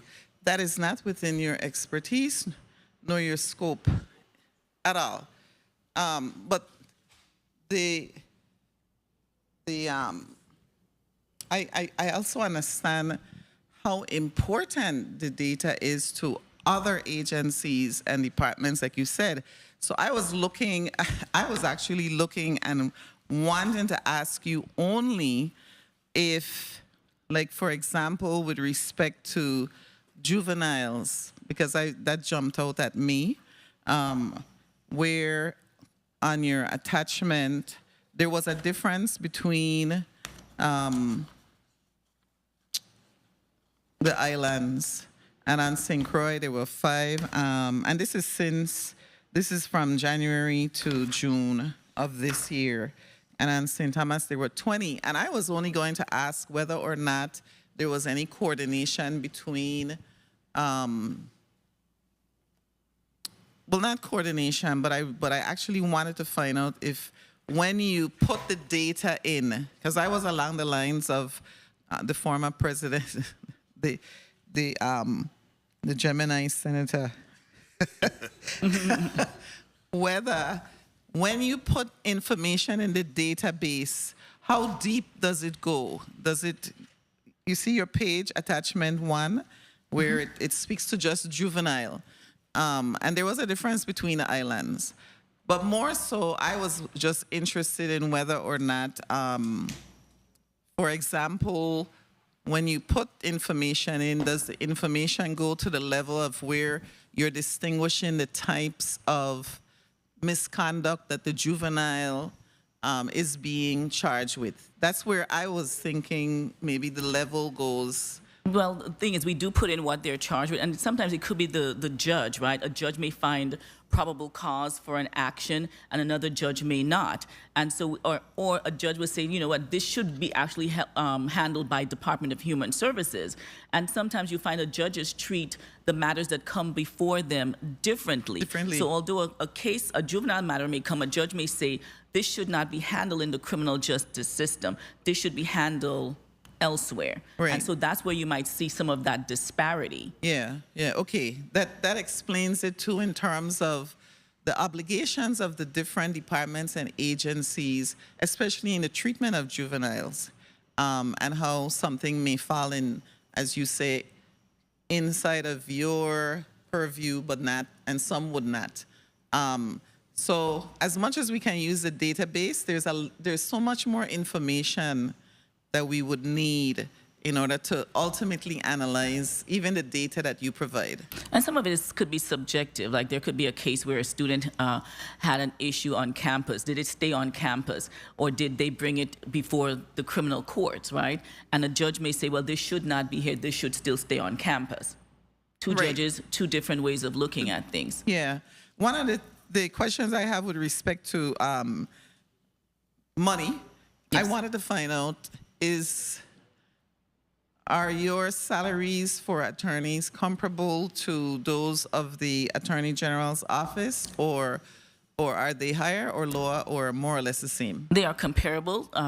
We've spent the last 2 years ensuring that, especially when the Department of Justice had just had their increases with their collective bargaining unit. So one of the things that the management did was make sure that they were comparable. Okay. There's no competition really, I think, when it comes to an attorney choosing which to go into, because just from my experience, there are attorneys that are defense attorneys, right? Their personality and their value system and other things cause them to become prosecutors as opposed to Or you have some defenders. who change track along the way, that they've learned they were prosecutors and now they're defense attorneys, so they've learned some things that can enhance what we do. Yeah. What is the difference between when you say that you have resolved a case but they're on probation? Does that mean that the case is still open and it's not closed? Yes, we consider those cases still open because if they do not satisfy the conditions of the probation, the court may actually then revoke their probation and sentence them to the rest of the incarceratory period. Sometimes there are conditions that they need to meet. They need to go to mental health. They need to get drug counseling. They need to do 30 seconds different things. And so we make sure that our clients fulfill those obligations that the court has set for them. So there's someone assigned specifically to deal with those persons who are on probation. The attorneys handle those. The attorneys handle those? Yes, they do. They still contact their clients, making sure that they meet those obligations. Yeah, that's a heavy workload. I noticed one of the other things too, you don't have, and the reason is because I train paralegals, you only have one paralegal on each island. Why is that? So you're not pro time in terms of, you don't have a preference for paralegals, or is it just a matter of, Mr. Chair, may I just, because they're very useful in any practice. They are, and that's, I have been talking to my staff, my management team, as to what we may need in terms of employees, and I came and I met it that way. But because we are actually growing, right, and we have larger caseloads, have more attorneys, it may be time to re-examine that. Yeah, I'm going to suggest that just because it would really cause the movement, I think, of cases through the system a lot faster if you had more paralegals assigned to attorneys. Thank you, Mr. Chair. Thank you very much, Senator James. Just real quickly before we go to the next senator, which will be Senator Fonseca, I wanted to ask you, what is your revenues? I know that you have a rental. Correct. What is your revenue numbers so far for FY25? There is an error in the post-audit report on page 5. It says we actually only generate $33,900 per year in rental income from St. Croix. So that is $2,825 per month that we generate. And so we're in month 7. So 7 times 2825 would be what we've generated this year thus far. And that's the only opportunity for revenues that you have at this time? Correct. Senator, thank you. Senator Fonseca, you're recognized for your 5 minutes. Yes, thank you, Mr. Chair. And special welcome to our Territorial Public Defender. I want to go real quick to page 9 of your report, Ms. Todman. Okay, you were discussing the funding parity, and in the second to last paragraph here, you said the key to a fair process is parity in funding. OTPD, the Office of Territorial Public Defender, seeks salary parity between its employees and similarly situated employees of the Virgin Islands Department of Justice. Well, I took a look at that, and I looked at your salaries here on the post-audit report, and we excluded the Deputy Chief Public Defender and the Chief Territorial Public Defender. And I then went to the Department of Justice, and you're probably paid the same like Justice. As a matter of fact, I did a study here comparing it to the national average, where The highest paid public defenders was in DC at 121,792. Second was New York at 117,645. And the locally, our public defenders was 125,434. So you are above everybody else. So I think you on par and these are the numbers that I'm getting from our post audit. So I think that point is mute. You already are on par. Okay, so I wanted to go now to page 16 because sitting in this chambers as a legislature, we get to see your testimony, we get to see Department of Justice and Bureau of Corrections. And when the Bureau of Corrections was before us, they made a statement that was kind of troubling, particularly the amount of, inmates that are committed for murder. And I'm looking here on page 16 of your report, attachment number 1. And the murders, you have the felonies, 67%. The murders is 2%. And I'm trying to see how that can, agree with what Department of Bureau of Corrections is telling us, that we have such a vast amount of inmates that are murders. But with your cases, your total cases, they're only 2% are murders. So give me a little bit more clarity on that.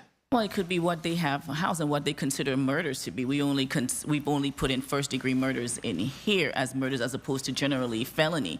There is involuntary manslaughter. Do they classify involuntary or voluntary manslaughter as murder? There's a death. Do they classify accidental death through a motor vehicle as how do they classify?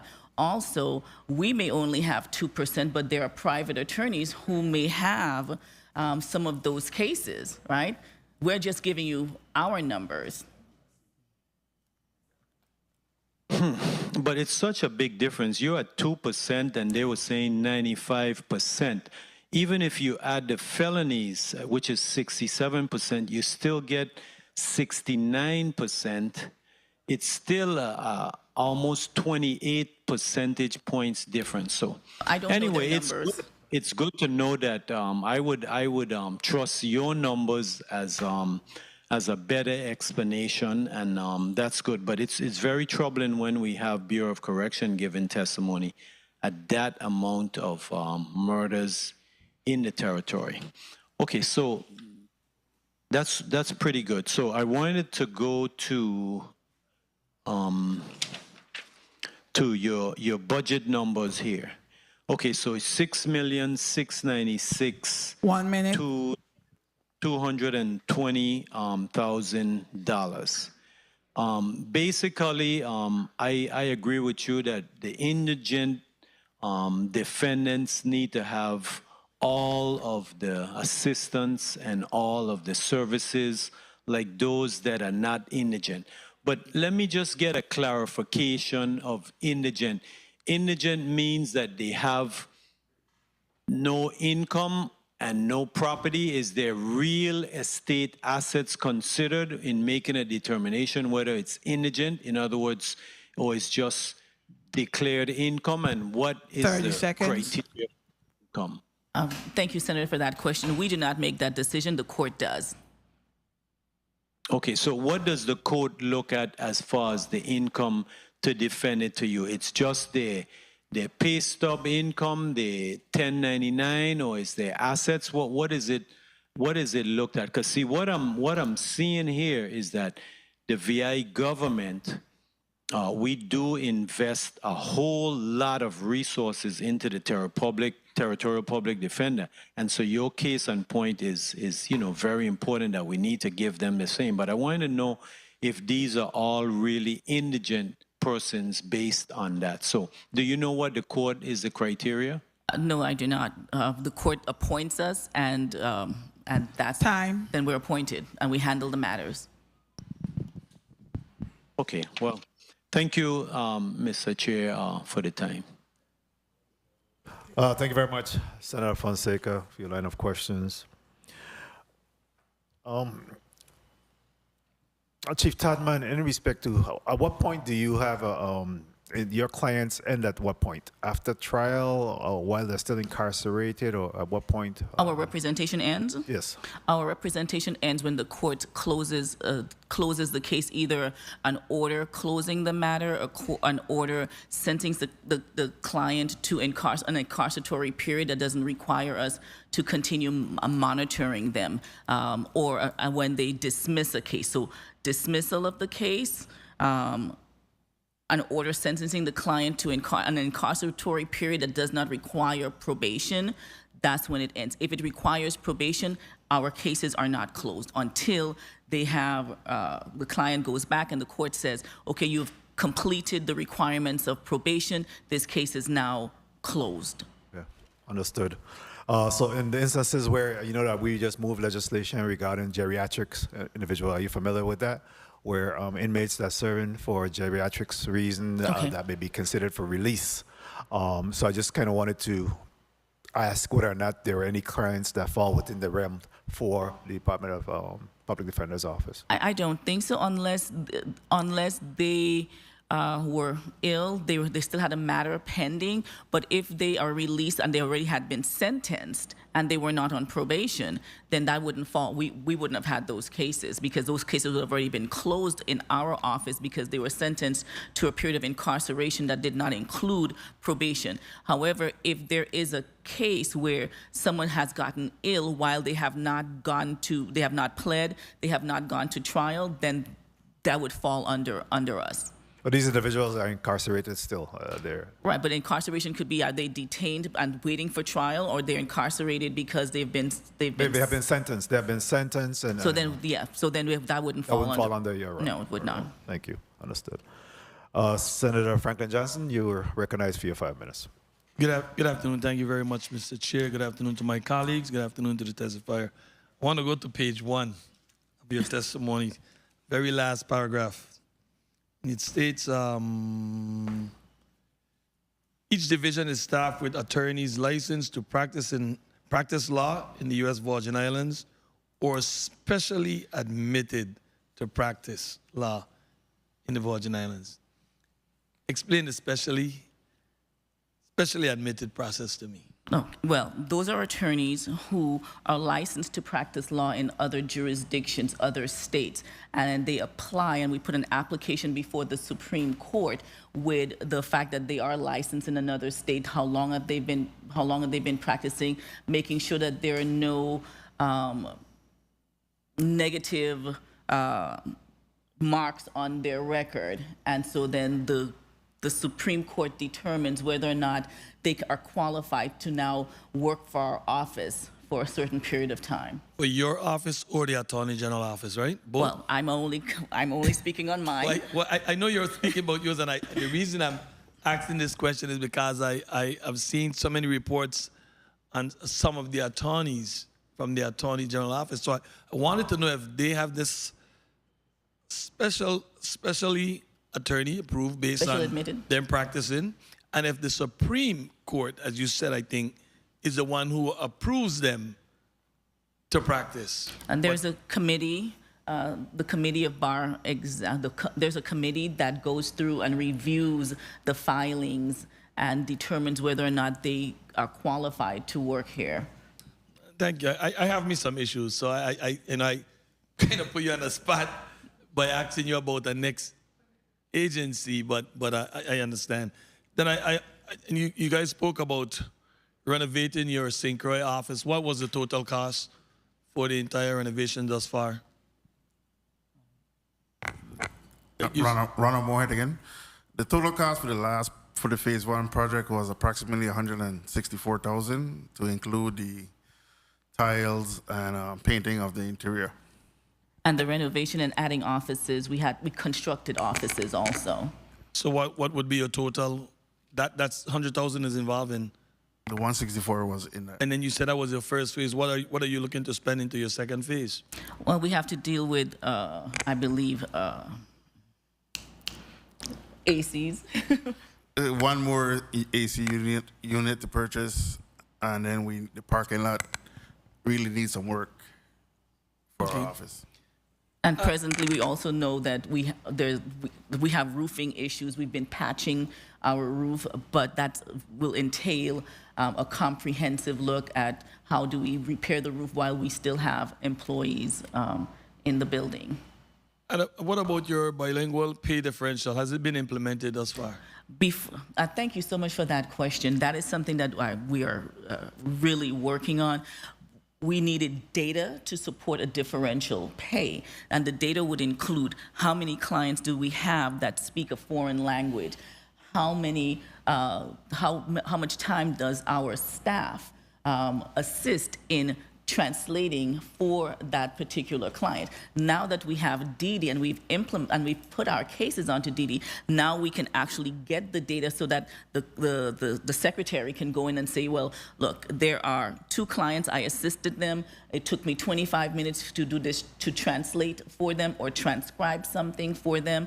And then based on, look, do we have 25% Spanish speakers? Do we have 5% Creole patois clients? So it's data driven, and we did not have the capabilities before to gather the data effectively. It would have been a manual process to gather that kind of data. So as we speak right now, when you go to court, who do you utilize to do translation for you? Rather is Spanish or Creole? The court has their translators. So that's not a cost to you? No, only if it's when they come into our office and our attorneys need assistance with translation. That's where that bilingual differential would come in? Yes, sir. Okay. And then I see, we spoke, I think someone asked this question, your staff went from 34 to 38. What position were added? I can't recall, and how is the performance impacting the evaluating? Administrative, we added 2 administrative assistants. 30 and we added, seconds. Attorneys. The administrative assistants have been crucial in building and customizing the DD and training the rest of the staff on DD and monitoring DD and its effectiveness and working with the rest of the staff to input the information on DD. Thank you very much. I do understand what line of question my former colleague was asking in regards to the amount of murder cases, because I too did have some difference, if I may wrap up, Mr. Chair, in what the Bureau of Correction was saying versus what your information. I also understand that there might be some private attorneys handling some case, but the numbers that we received from the Bureau of Correction was quite alarming. 95% murderers in the institution. That I cannot imagine, so I don't know, and I don't have their numbers, and so I cannot tell you. I can tell you what we have. Yeah. And sometimes, there may be a conflict, right? We may have a conflict. I may go to OCC, Office of Conflict Counsel, so they may have some of those murder cases. Okay. Thank you very much, Mr. Chair. Thank you very much, Senator Johnson. Before we go on to the next, there's a point of information. Senator Marie, so you recognize your point of information. Good. Thank you, Mr. Chair. This is for my colleague. Well, first of all, Chief Tadman, as a military spouse, you understand. 31 years. That's right. You understand when we say as military members to stay in your lane. So I was very happy that today you did just that by not responding to some of the questions that were asked. You stayed in your lane. So I appreciated that. And I hope that my colleague, when the Supreme Court, when they are in front of us, judicial branch, you will ask them about special admission. Thank you, Mr. Chair. Thank you very much, Senator James. Before we go to the next senator, which will be Senator VLA, does your budget carry over, or it ends at the end of the fiscal year? Are you able to carry over any of your funds? It carries over, Senator. Carries over? Pursuant to the statute. So tell me, what do you have in savings right now? What are you accruing as a result of carryovers? Presently, we have about $300-something thousand that will take us through the end of the fiscal year and take us through December, because what we have found is that we don't normally get our allotments for the new fiscal year until either December or January. So then we would need those funds to pay all of our bills, and so we don't have any vendors, pounding down our doors because we aren't able to pay them. So you're using your carryover as holdover? I'm sorry, I didn't understand. You're using your carryover as holdover until you get your money? That's what you're saying? Sometimes you have to do what you got to do. Yeah, okay. And right now that amount is how much, you said?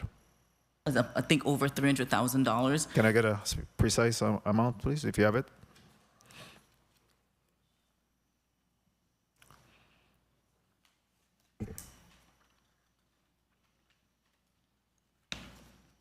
While we look for that, I'll go ahead and recognize Senator Vela. You're recognized for your 5 minutes. Thank you, Mr. Chair. I will go right there where you just were. Tell me the carryover from FY24 to FY25. I'm not. Ronald Moorhead again. It's approximately 300,000. From FY24 coming forward. to FY25. Correct. Okay, you're requesting a $564,000 increase. What's the justification? As indicated previously before Senator Vila, the cost of living adjustment for the staff, there's increased cost of data processing, the increased costs of training, repairs and maintenance, and the renovation. Okay, what is the cost of living adjustment for the staff? Presently, it would be about $166,000 to $200,000. If we look at a minimum pay increase, may I continue, sir? No, minimum pay. one second. The minimum pay increase that's applicable to your division, you don't have anyone that's making $27,000? No, we're talking about cost of living adjustment. So cost of living adjustment. What is the percentage for the COLA? The cost of living adjustment changes depending on what somebody makes. So someone who's what are making you projecting? We're projecting 8.5% for those making $30,000. So that's a $3,000 or a $3,000 increase for those who are in that bracket of 30-something to 40,000. Then there's a different. Okay, so stop there. I'm looking at your payroll. You have one person. Correct, and then it changes. So go to the next step, 40 to 50. Right, and then if 40 to 50, then there will be a different increase of whether it's 7%. So it keeps it at about $3,000 or under $3,000, right? So that's how we're doing it. It's based on a percentage, and it's not the same percentage for everyone. Those that are making more than 125,000. Then those would be the attorneys. The cost of living adjustment for those are built in at about $2,650 to $2,652.50. So that is a 1%? 2%? It is a lot. It's not the same percentage. So it's all relative. Yeah, but I'm looking at the salaries, and perhaps we're going to need to do a comparison of the salaries for the attorneys in the Office of the Public Defender versus attorneys in the Attorney General Office. Look at the COLA, et cetera, because a number of them are making $136,000 right now. Right, and then they do not have what the difference is between our office and the Office of DOJ. Those who are at $135,000 or $136,000 at the DOJ, they may be at $138,000 because they may have 5, 10, or 15 years seniority there. So they get an additional $1,200, $2,400, $3,600 added to. So hold up. So you said $100,000 for COLA, $150,000. What's the rest? You have $564. Well, then I said there's also training, there's the repairs and maintenance, there's the renovation, the professional services, we're doing the audit. We have two older vehicles in the So you want to purchase some districts. vehicles? Well, we do. We do not spend willy-nilly on vehicles. We actually keep our vehicles for at least 10 years. Hold up. You're going full speed. I can tell you're an attorney. Full speed. I'm trying to answer your question within the limited period of time But that I have a limited period of time too. So you're doing a good job of limiting my time. Which isn't good. Wasn't intended. Okay. Page 6 of the post-audit report. You have a number of vendors, and then you have paid to date. Paid to date for this fiscal year. Page 6, it starts with bulk storage, it ends with Justice Works. Ronald Moorhead, so that is the contracts that we have in place. Okay, and that's paid to date for this fiscal year? That's correct. Okay, so let's go down to via cell phone. You have the terms of the contract is $1,554.34, but yet you spent $37,000 thus far.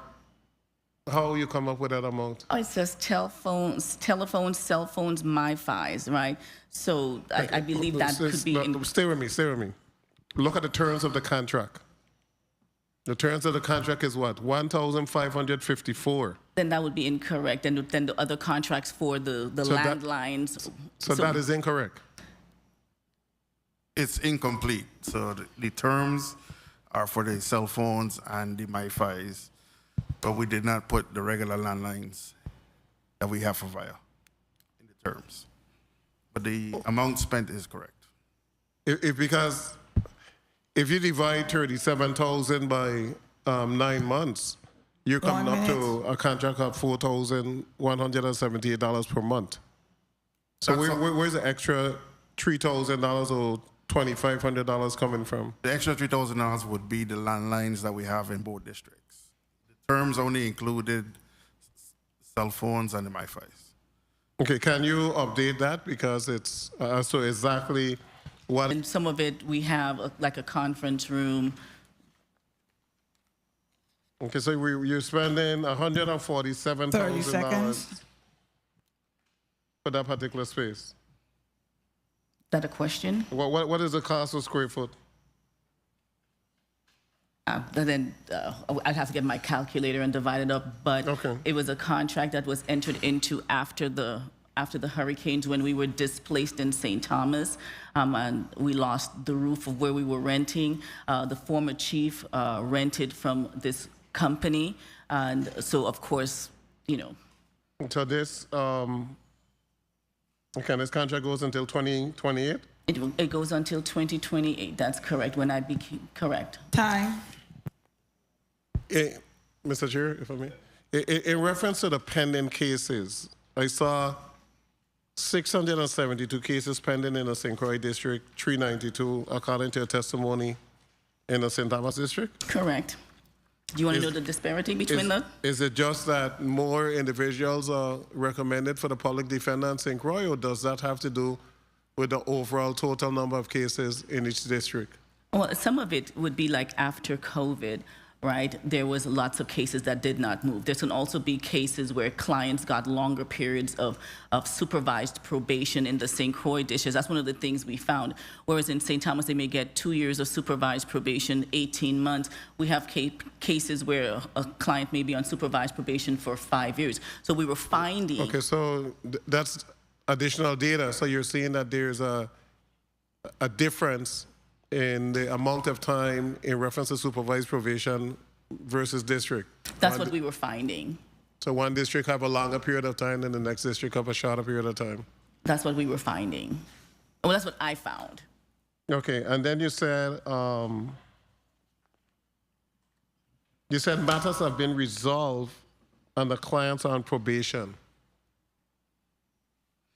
So the matter was resolved by the court, and the court placed those individuals on probation? Well, it could be that they took a plea, or they were found guilty, and so it's resolved because it went to either trial or it went to a plea, and the court placed them on probation. So it's not closed; it's still open for them to finish the terms of their probation. How many of those clients that were on probation ended up being killed? Then that's a number that I would have to find for you, if any. But do you have any? I don't have that number at this time. Okay, last question. In terms of your projections, I'm looking at your projections on page number 4. At the rate that you're spending up to 6/30/2025, you spend 3,653,246.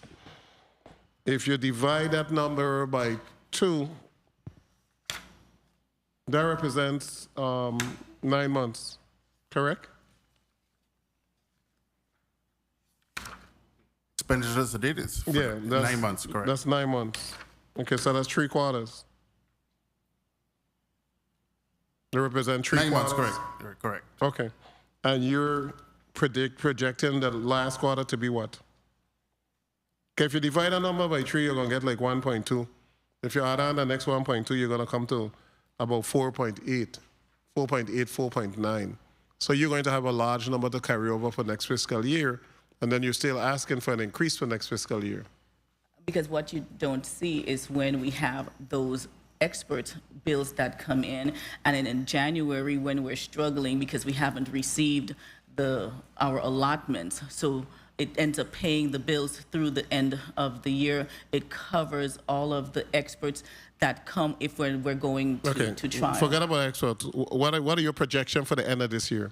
How much do you think you're going to spend? Because I'm not seeing you pass $5 million in spending this fiscal year.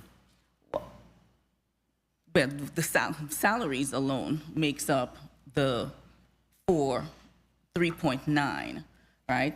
Then we have the building, then we have the maintenance, we have the renovations in that's built in already in there. Then we have Okay, but I'm looking I'm looking at this year. You have spent $3,653,246 in 9 months. 9 months represent 3 quarters. Okay? First, second, third quarter. If you calculate the last quarter, if you divide that 3,653 by the 3 quarters, you're going to come, let's say 1,250,000. If you add that on to the 3,653, you're coming up like to 4.8. So you're not expending your entire appropriation you're going to have. Your appropriation was some $6 million? Some of that spending gets placed at closer to the end. So we have spending that's upcoming that will be expended in July, that'll be expended in August. Right. That's not expended early on because there are certain things that get done towards the end of the fiscal year, and you start paying for it at that point in time. So what we have spent now doesn't necessarily mean that we're not going to spend the rest of it, because it will be.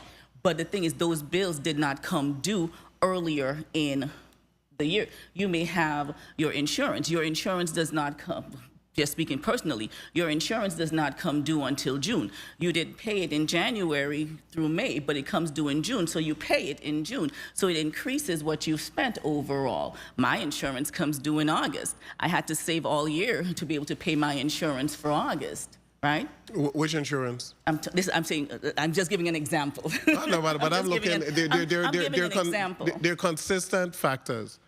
One consistent is salaries, which is the bulk of your budget. Correct. Okay, so that's not going to have no large fluctuation in change. Your retirement, your FICA, your Medicare, those are consistent based on your salary. So I'm seeing your total fringe benefits in fiscal year 24 was 1.1 million. Your total personnel in fiscal year 24 was 2.9 million. So there's some constants.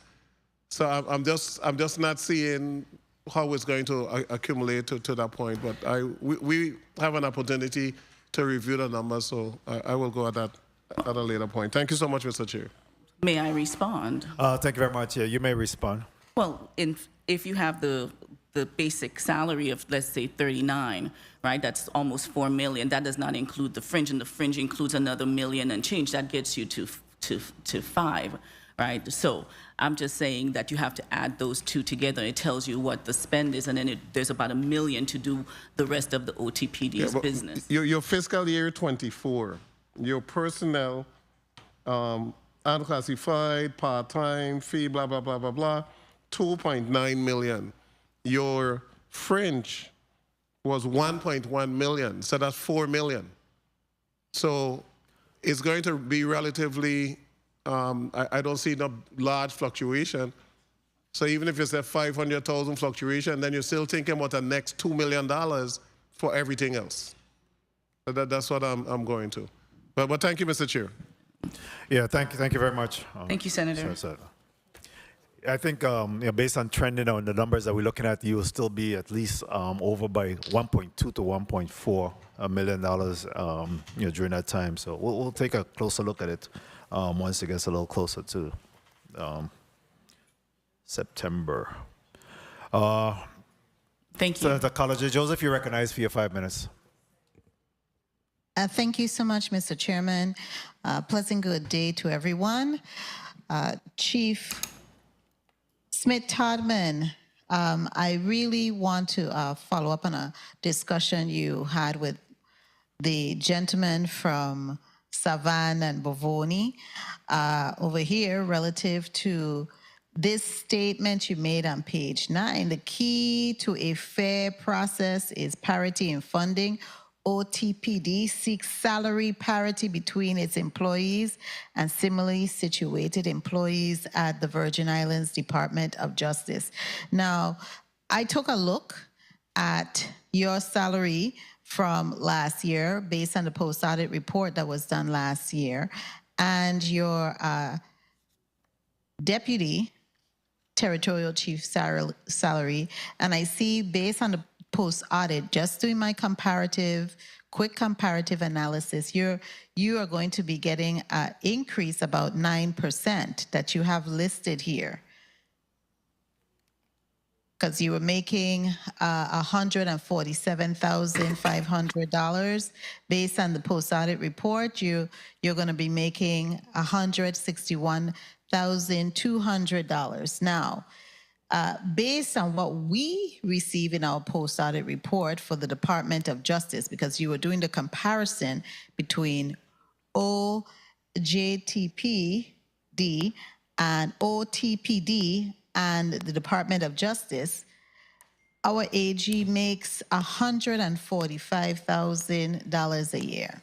So how is it you're making almost $20,000 almost more than the AG, and their work is further reaching and further involved because they have to prosecute, and they also have to be the government's, the executive branch attorney. So they handle all of the work for all of the agencies and sometimes even the semi-autonomous, like a taxi cab commission and the like. So how is it that you think that you are not aligned with them? And furthermore, you make more than the chief, well, not even you, your deputy territorial chief public defender makes more money than the chief deputy attorney general. So I just want to understand how you are seeing that you need to be aligned. I think it would have been, they need to be aligned with you or being paid higher than you because they have more of a caseload and work requirements than the public defender's office. Wouldn't you agree? I do not agree, but may I finish my analysis here? First and foremost, in 2023, they went to and had bargaining, and they had a bargaining agreement that went through fiscal year 2025. Our staff attorneys were underpaid during that time when I came on board, and we got them on scale. And as you can see, my staff actually, they're at parity now with the Department of Justice attorneys, if you have looked at the record. In looking at salary increases and my salary, thank you for pointing that out, if you looked at the Office of Conflict Counsel, what was presented to the legislature last year, they had their chief at $161,200. My board found it prudent for me to make the same amount that was posted to the legislature as the chief OCC. Now, if he's making that, I don't know, but that was what was presented to the legislature. So my board felt it prudent to make sure that I was on par with the chief OCC. Okay, but thank you. Even there, thank you, and I appreciate what you said. But even with 1 minute, what you stated, it does not correlate to what is in fact here presented as a post-audit report from for the Department of Justice. You and your team are making more money than the Department of Justice attorneys, even with collective bargaining, because these salaries are up to par. But I'm not going to belabor that, because that's what attorneys do. They argue these things, and I'm not an attorney. But I'm just going based on the numbers that it looks a little bit 30 lopsided. seconds. It looks, excuse me, it looks also a little bit like a slight misrepresentation of the facts that we have before us with the Department of Justice post-audit report. Now, I love that we are able to go back and look at items in a previous post-audit report. Mr. Chairman, I'm going to close with this. Maybe some other senator would take up. You had 2 bank accounts in the fiscal year 2025 post-audit report. It had one at Banco Popular, and the balance in that checking account was $348,232.96, and the First Bank checking account was $83,112.53. I know you said that monies that were unspent by you within the fiscal year, it remains within your agency. So can you tell us how much money you have, because it's not in the post-audit report for this fiscal year, you have in these 2 accounts? And also, do you have any other accounts in reserves? We don't have any other accounts but the 2. We don't have any other accounts but the 2. The First Bank account is where we deposited the funds that we received from the SLFR grant. And as indicated, we are in the process of looking for a home, a permanent home for the OTPD on St. Thomas. So the funds that we've gotten from the rent, plus what we have gotten from the reimbursement, would hopefully be assist with being able to have a down payment for our share of a building in St. Thomas, or maintenance, as we know that we need a capital improvement in St. Croix. So if we can get the building, then that funds will be used for that. If we don't get the building, then we are looking at doing the capital improvements for St. Croix. Okay, but you still have not answered my question. I asked how much money is in your Banco de Popular checking account, and I appreciate your feedback with that, and your First Bank account. I was very clear. So if you could kindly let us know on the record how much money you have in those 2 bank accounts. Yes. Because it's not here.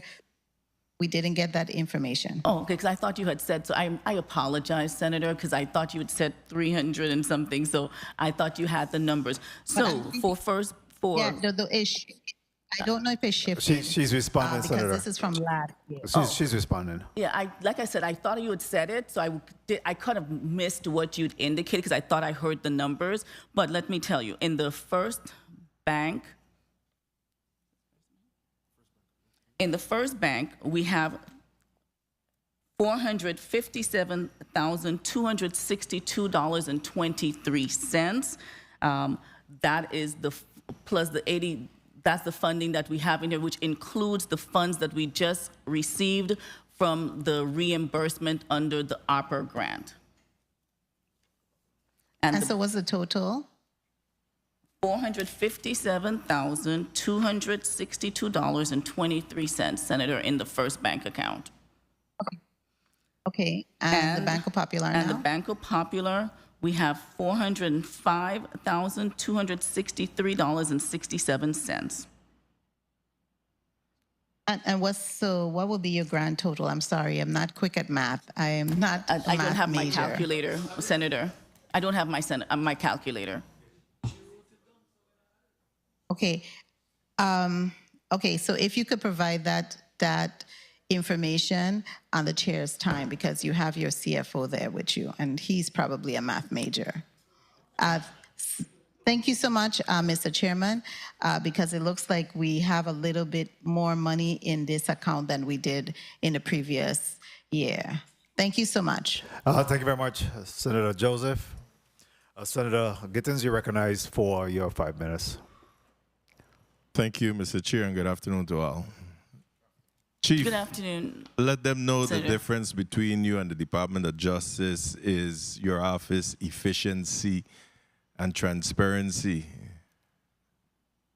Thanks to this body, we were able to help you get your team on par with the Department of Justice.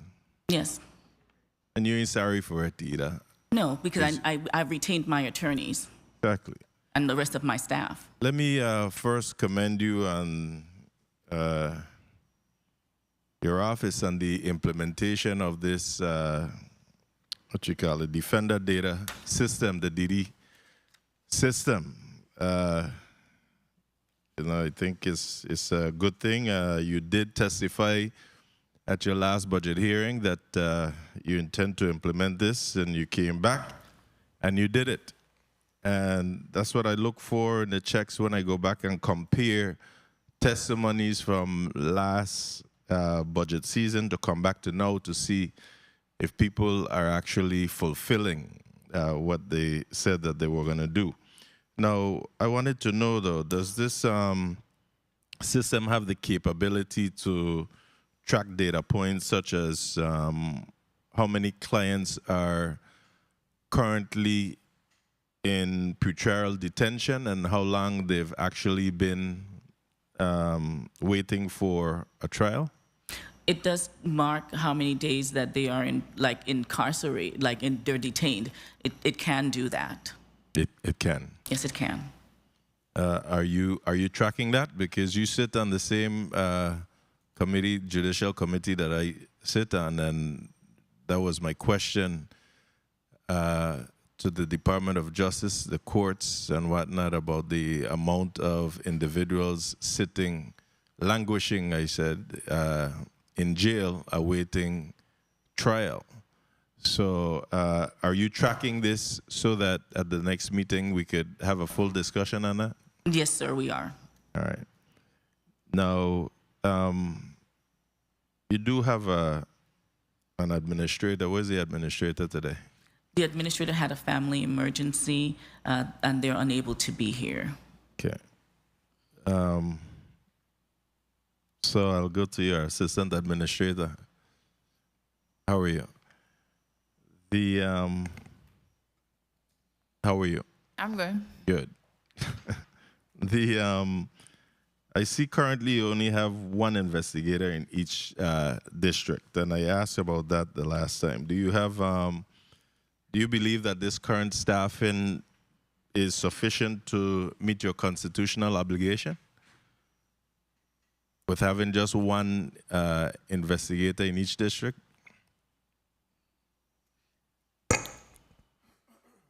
Well, we could do it more to be better.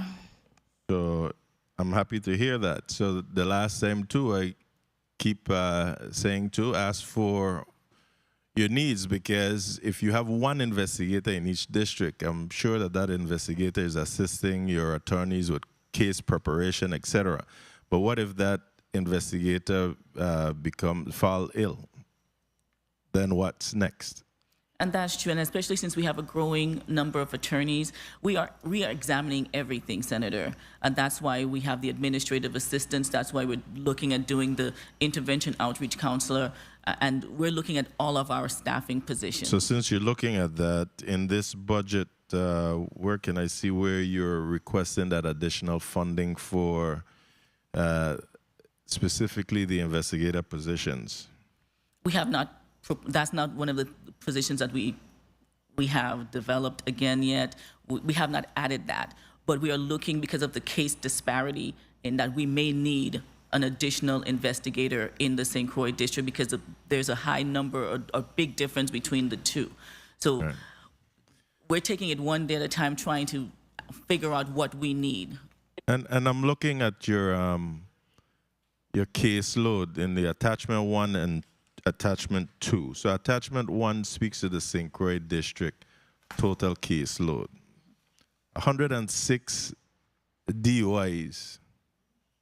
Yet still, we vetoed the Janiqua law. Or we're getting ready to override it. Well, I at don't the know. appropriate time. No, Okay. that's not for you. Sorry. I'm making a statement. Okay, thank you, Senator. So, and I'm also looking at the total number of cases assigned as of January 1st, 2025 to June 30th. And I see again the DOI at 22. And for this, that's for the St. Croix district. And I see St. Thomas 22 as well. Is that accurate or just 1 minute? duplicative? That would be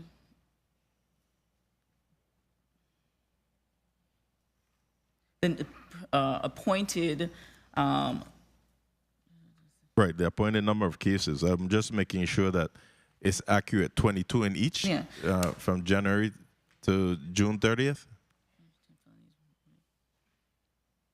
22, that is correct. That is accurate. It just happens to be the same. And as we evaluate this budget request, what metrics or performance indicators from your system could 30 best seconds. demonstrate the return on investment in expanding your investigative support staff?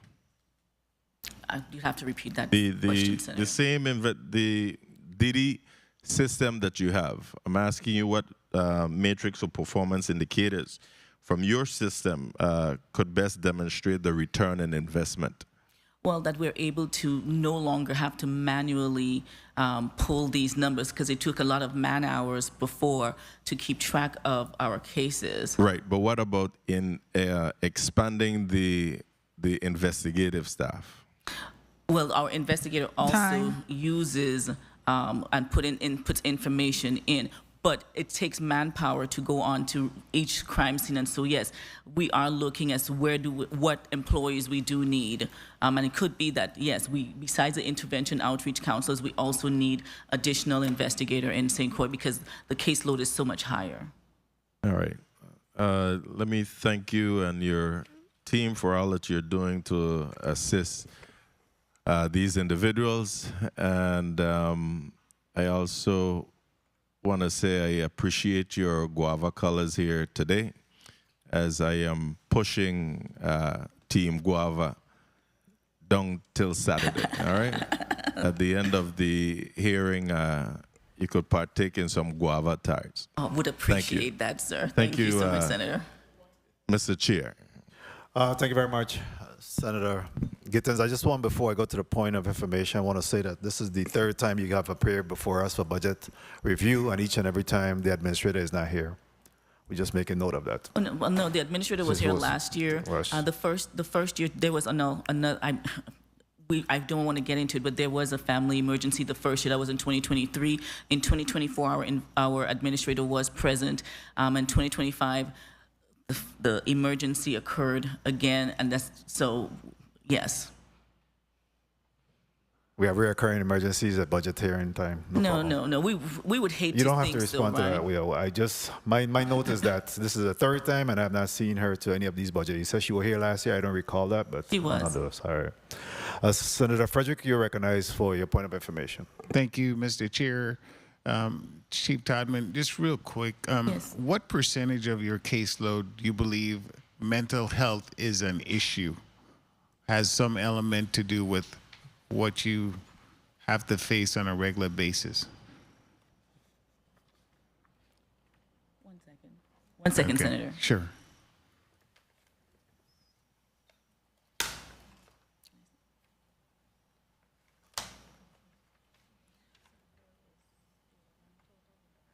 Well, I cannot give you the percentages, but I can give you the numbers, right?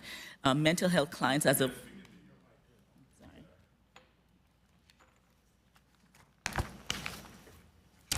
Thank you, Senator, for the question. I cannot give you percentage-wise, right? But mental health clients as of 2024, we had 30 in St. Thomas, 10 in mental health facilities.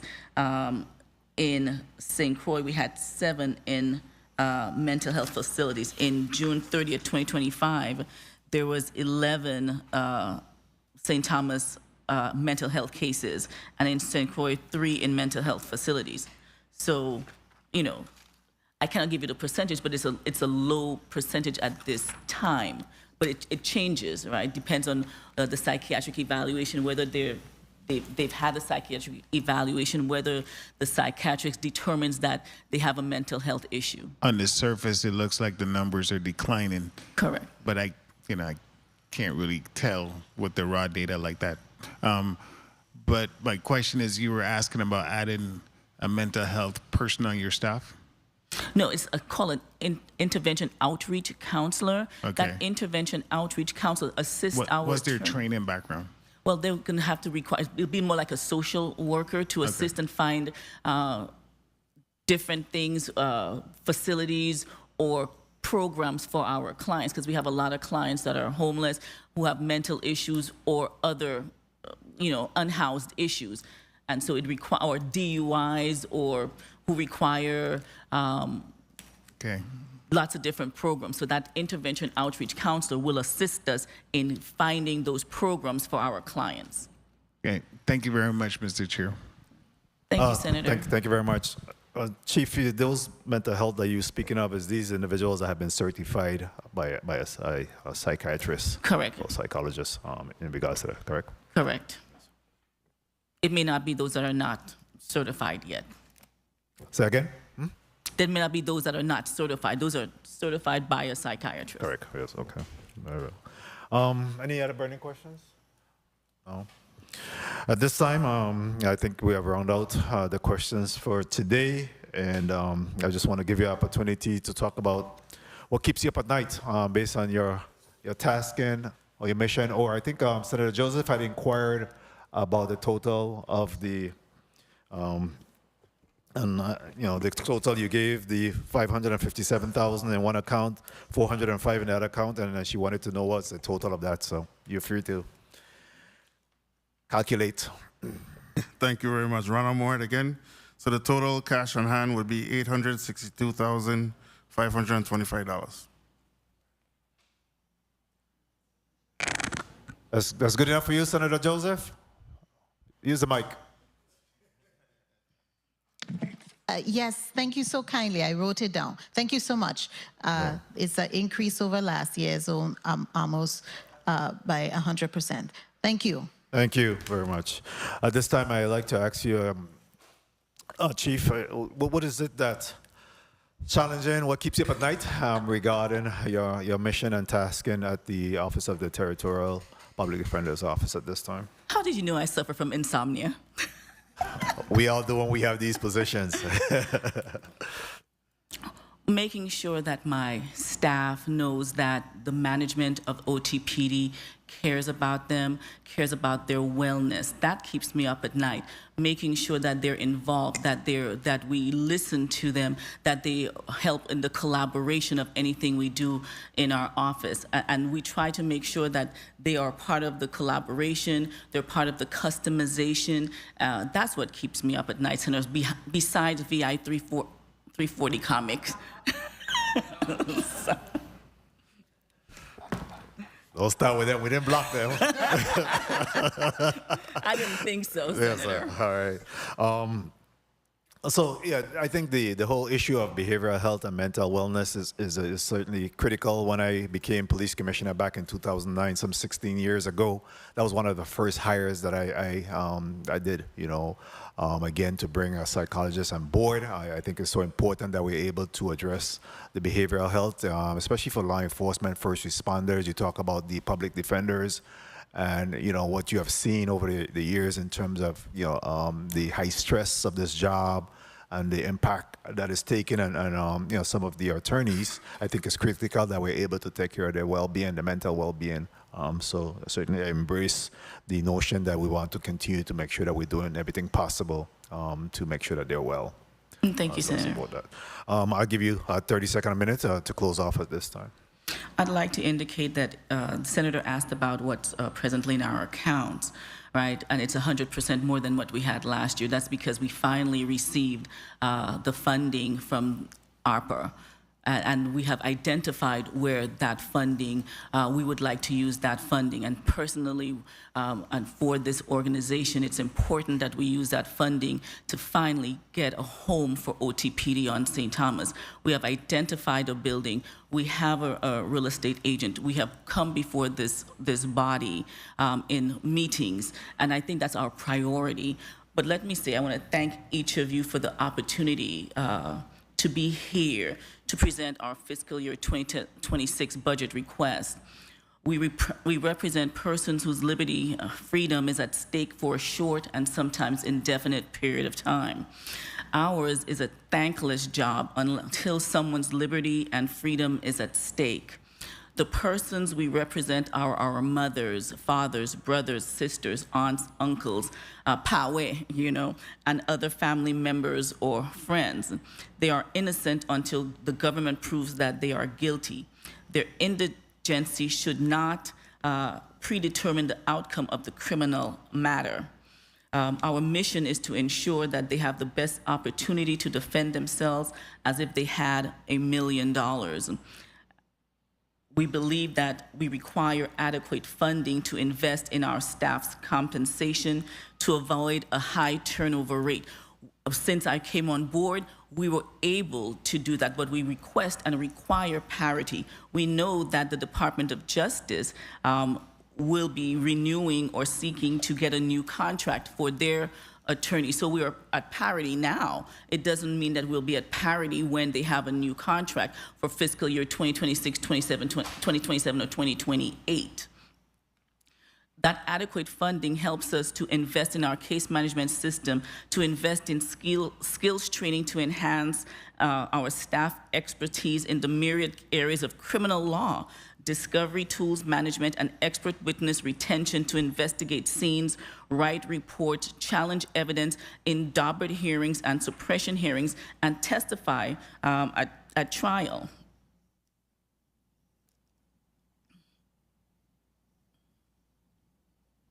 One second. The proposed budget that we have provided to you assist us in achieving all of our goals that we have brought before you today. And I just want to thank you for your assistance. Thank you for your questions. And hopefully the legislature can help us find that additional funding so that we finally have a home in St. Thomas. We save money by when we have our own building. Then we won't have to come to you with this increase in rent every single time. That's how we save money. That's how we save money in our building by having our building in St. Croix. And thank you. Thank you very much, and I appreciate the team's vision and in terms of wanting to or endeavoring to have your own building and not continue to pay rent. I made an observation recently where we're expending, an inordinate amount of money towards monthly rent, and it runs us $1 million, 5, 10 years down the road. And it's important that we're starting to save this government from all of these rentals that we're experiencing, and moving into putting that money into our own building. So again, I could appreciate and certainly embrace your notion to make that happen. Senator Franklin Johnson, you recognize your point of information. Thank you very much, Mr. Chair. I do want to say the same thing. I really appreciate seeing the direction you're trying to move with the agency, having your own building. If more government agency would think like that, boy, would we do better. We continue renting, upgrading somebody's property, and just pretty much paying more than the cost of the building in rent. So I really appreciate you moving in that direction, where it will be your building, you maintain it, and you don't have to pay, and that increase doesn't come on. So perfect direction to go in, and wish you all the best endeavor in accomplishing your goals in getting your own home on the island of St. Thomas. We look forward to your support, Senator. Most definitely. Thank you. Thank you very much. And again, I want to thank certainly you for coming before us today, and as well as the previous agency that came before us, WTJX, the Virgin Islands Broadcasting System. I want to thank my colleagues, central staff, post-audit. I want to thank everyone for today. We do have a budget hearing again tomorrow, and again on Thursday we'll be in St. Thomas. So again, I want to wish everyone a good day. God bless. The Committee of Budget, Appropriations, and Finance, which is represented by Team Pineapple, hereby adjourned. God bless.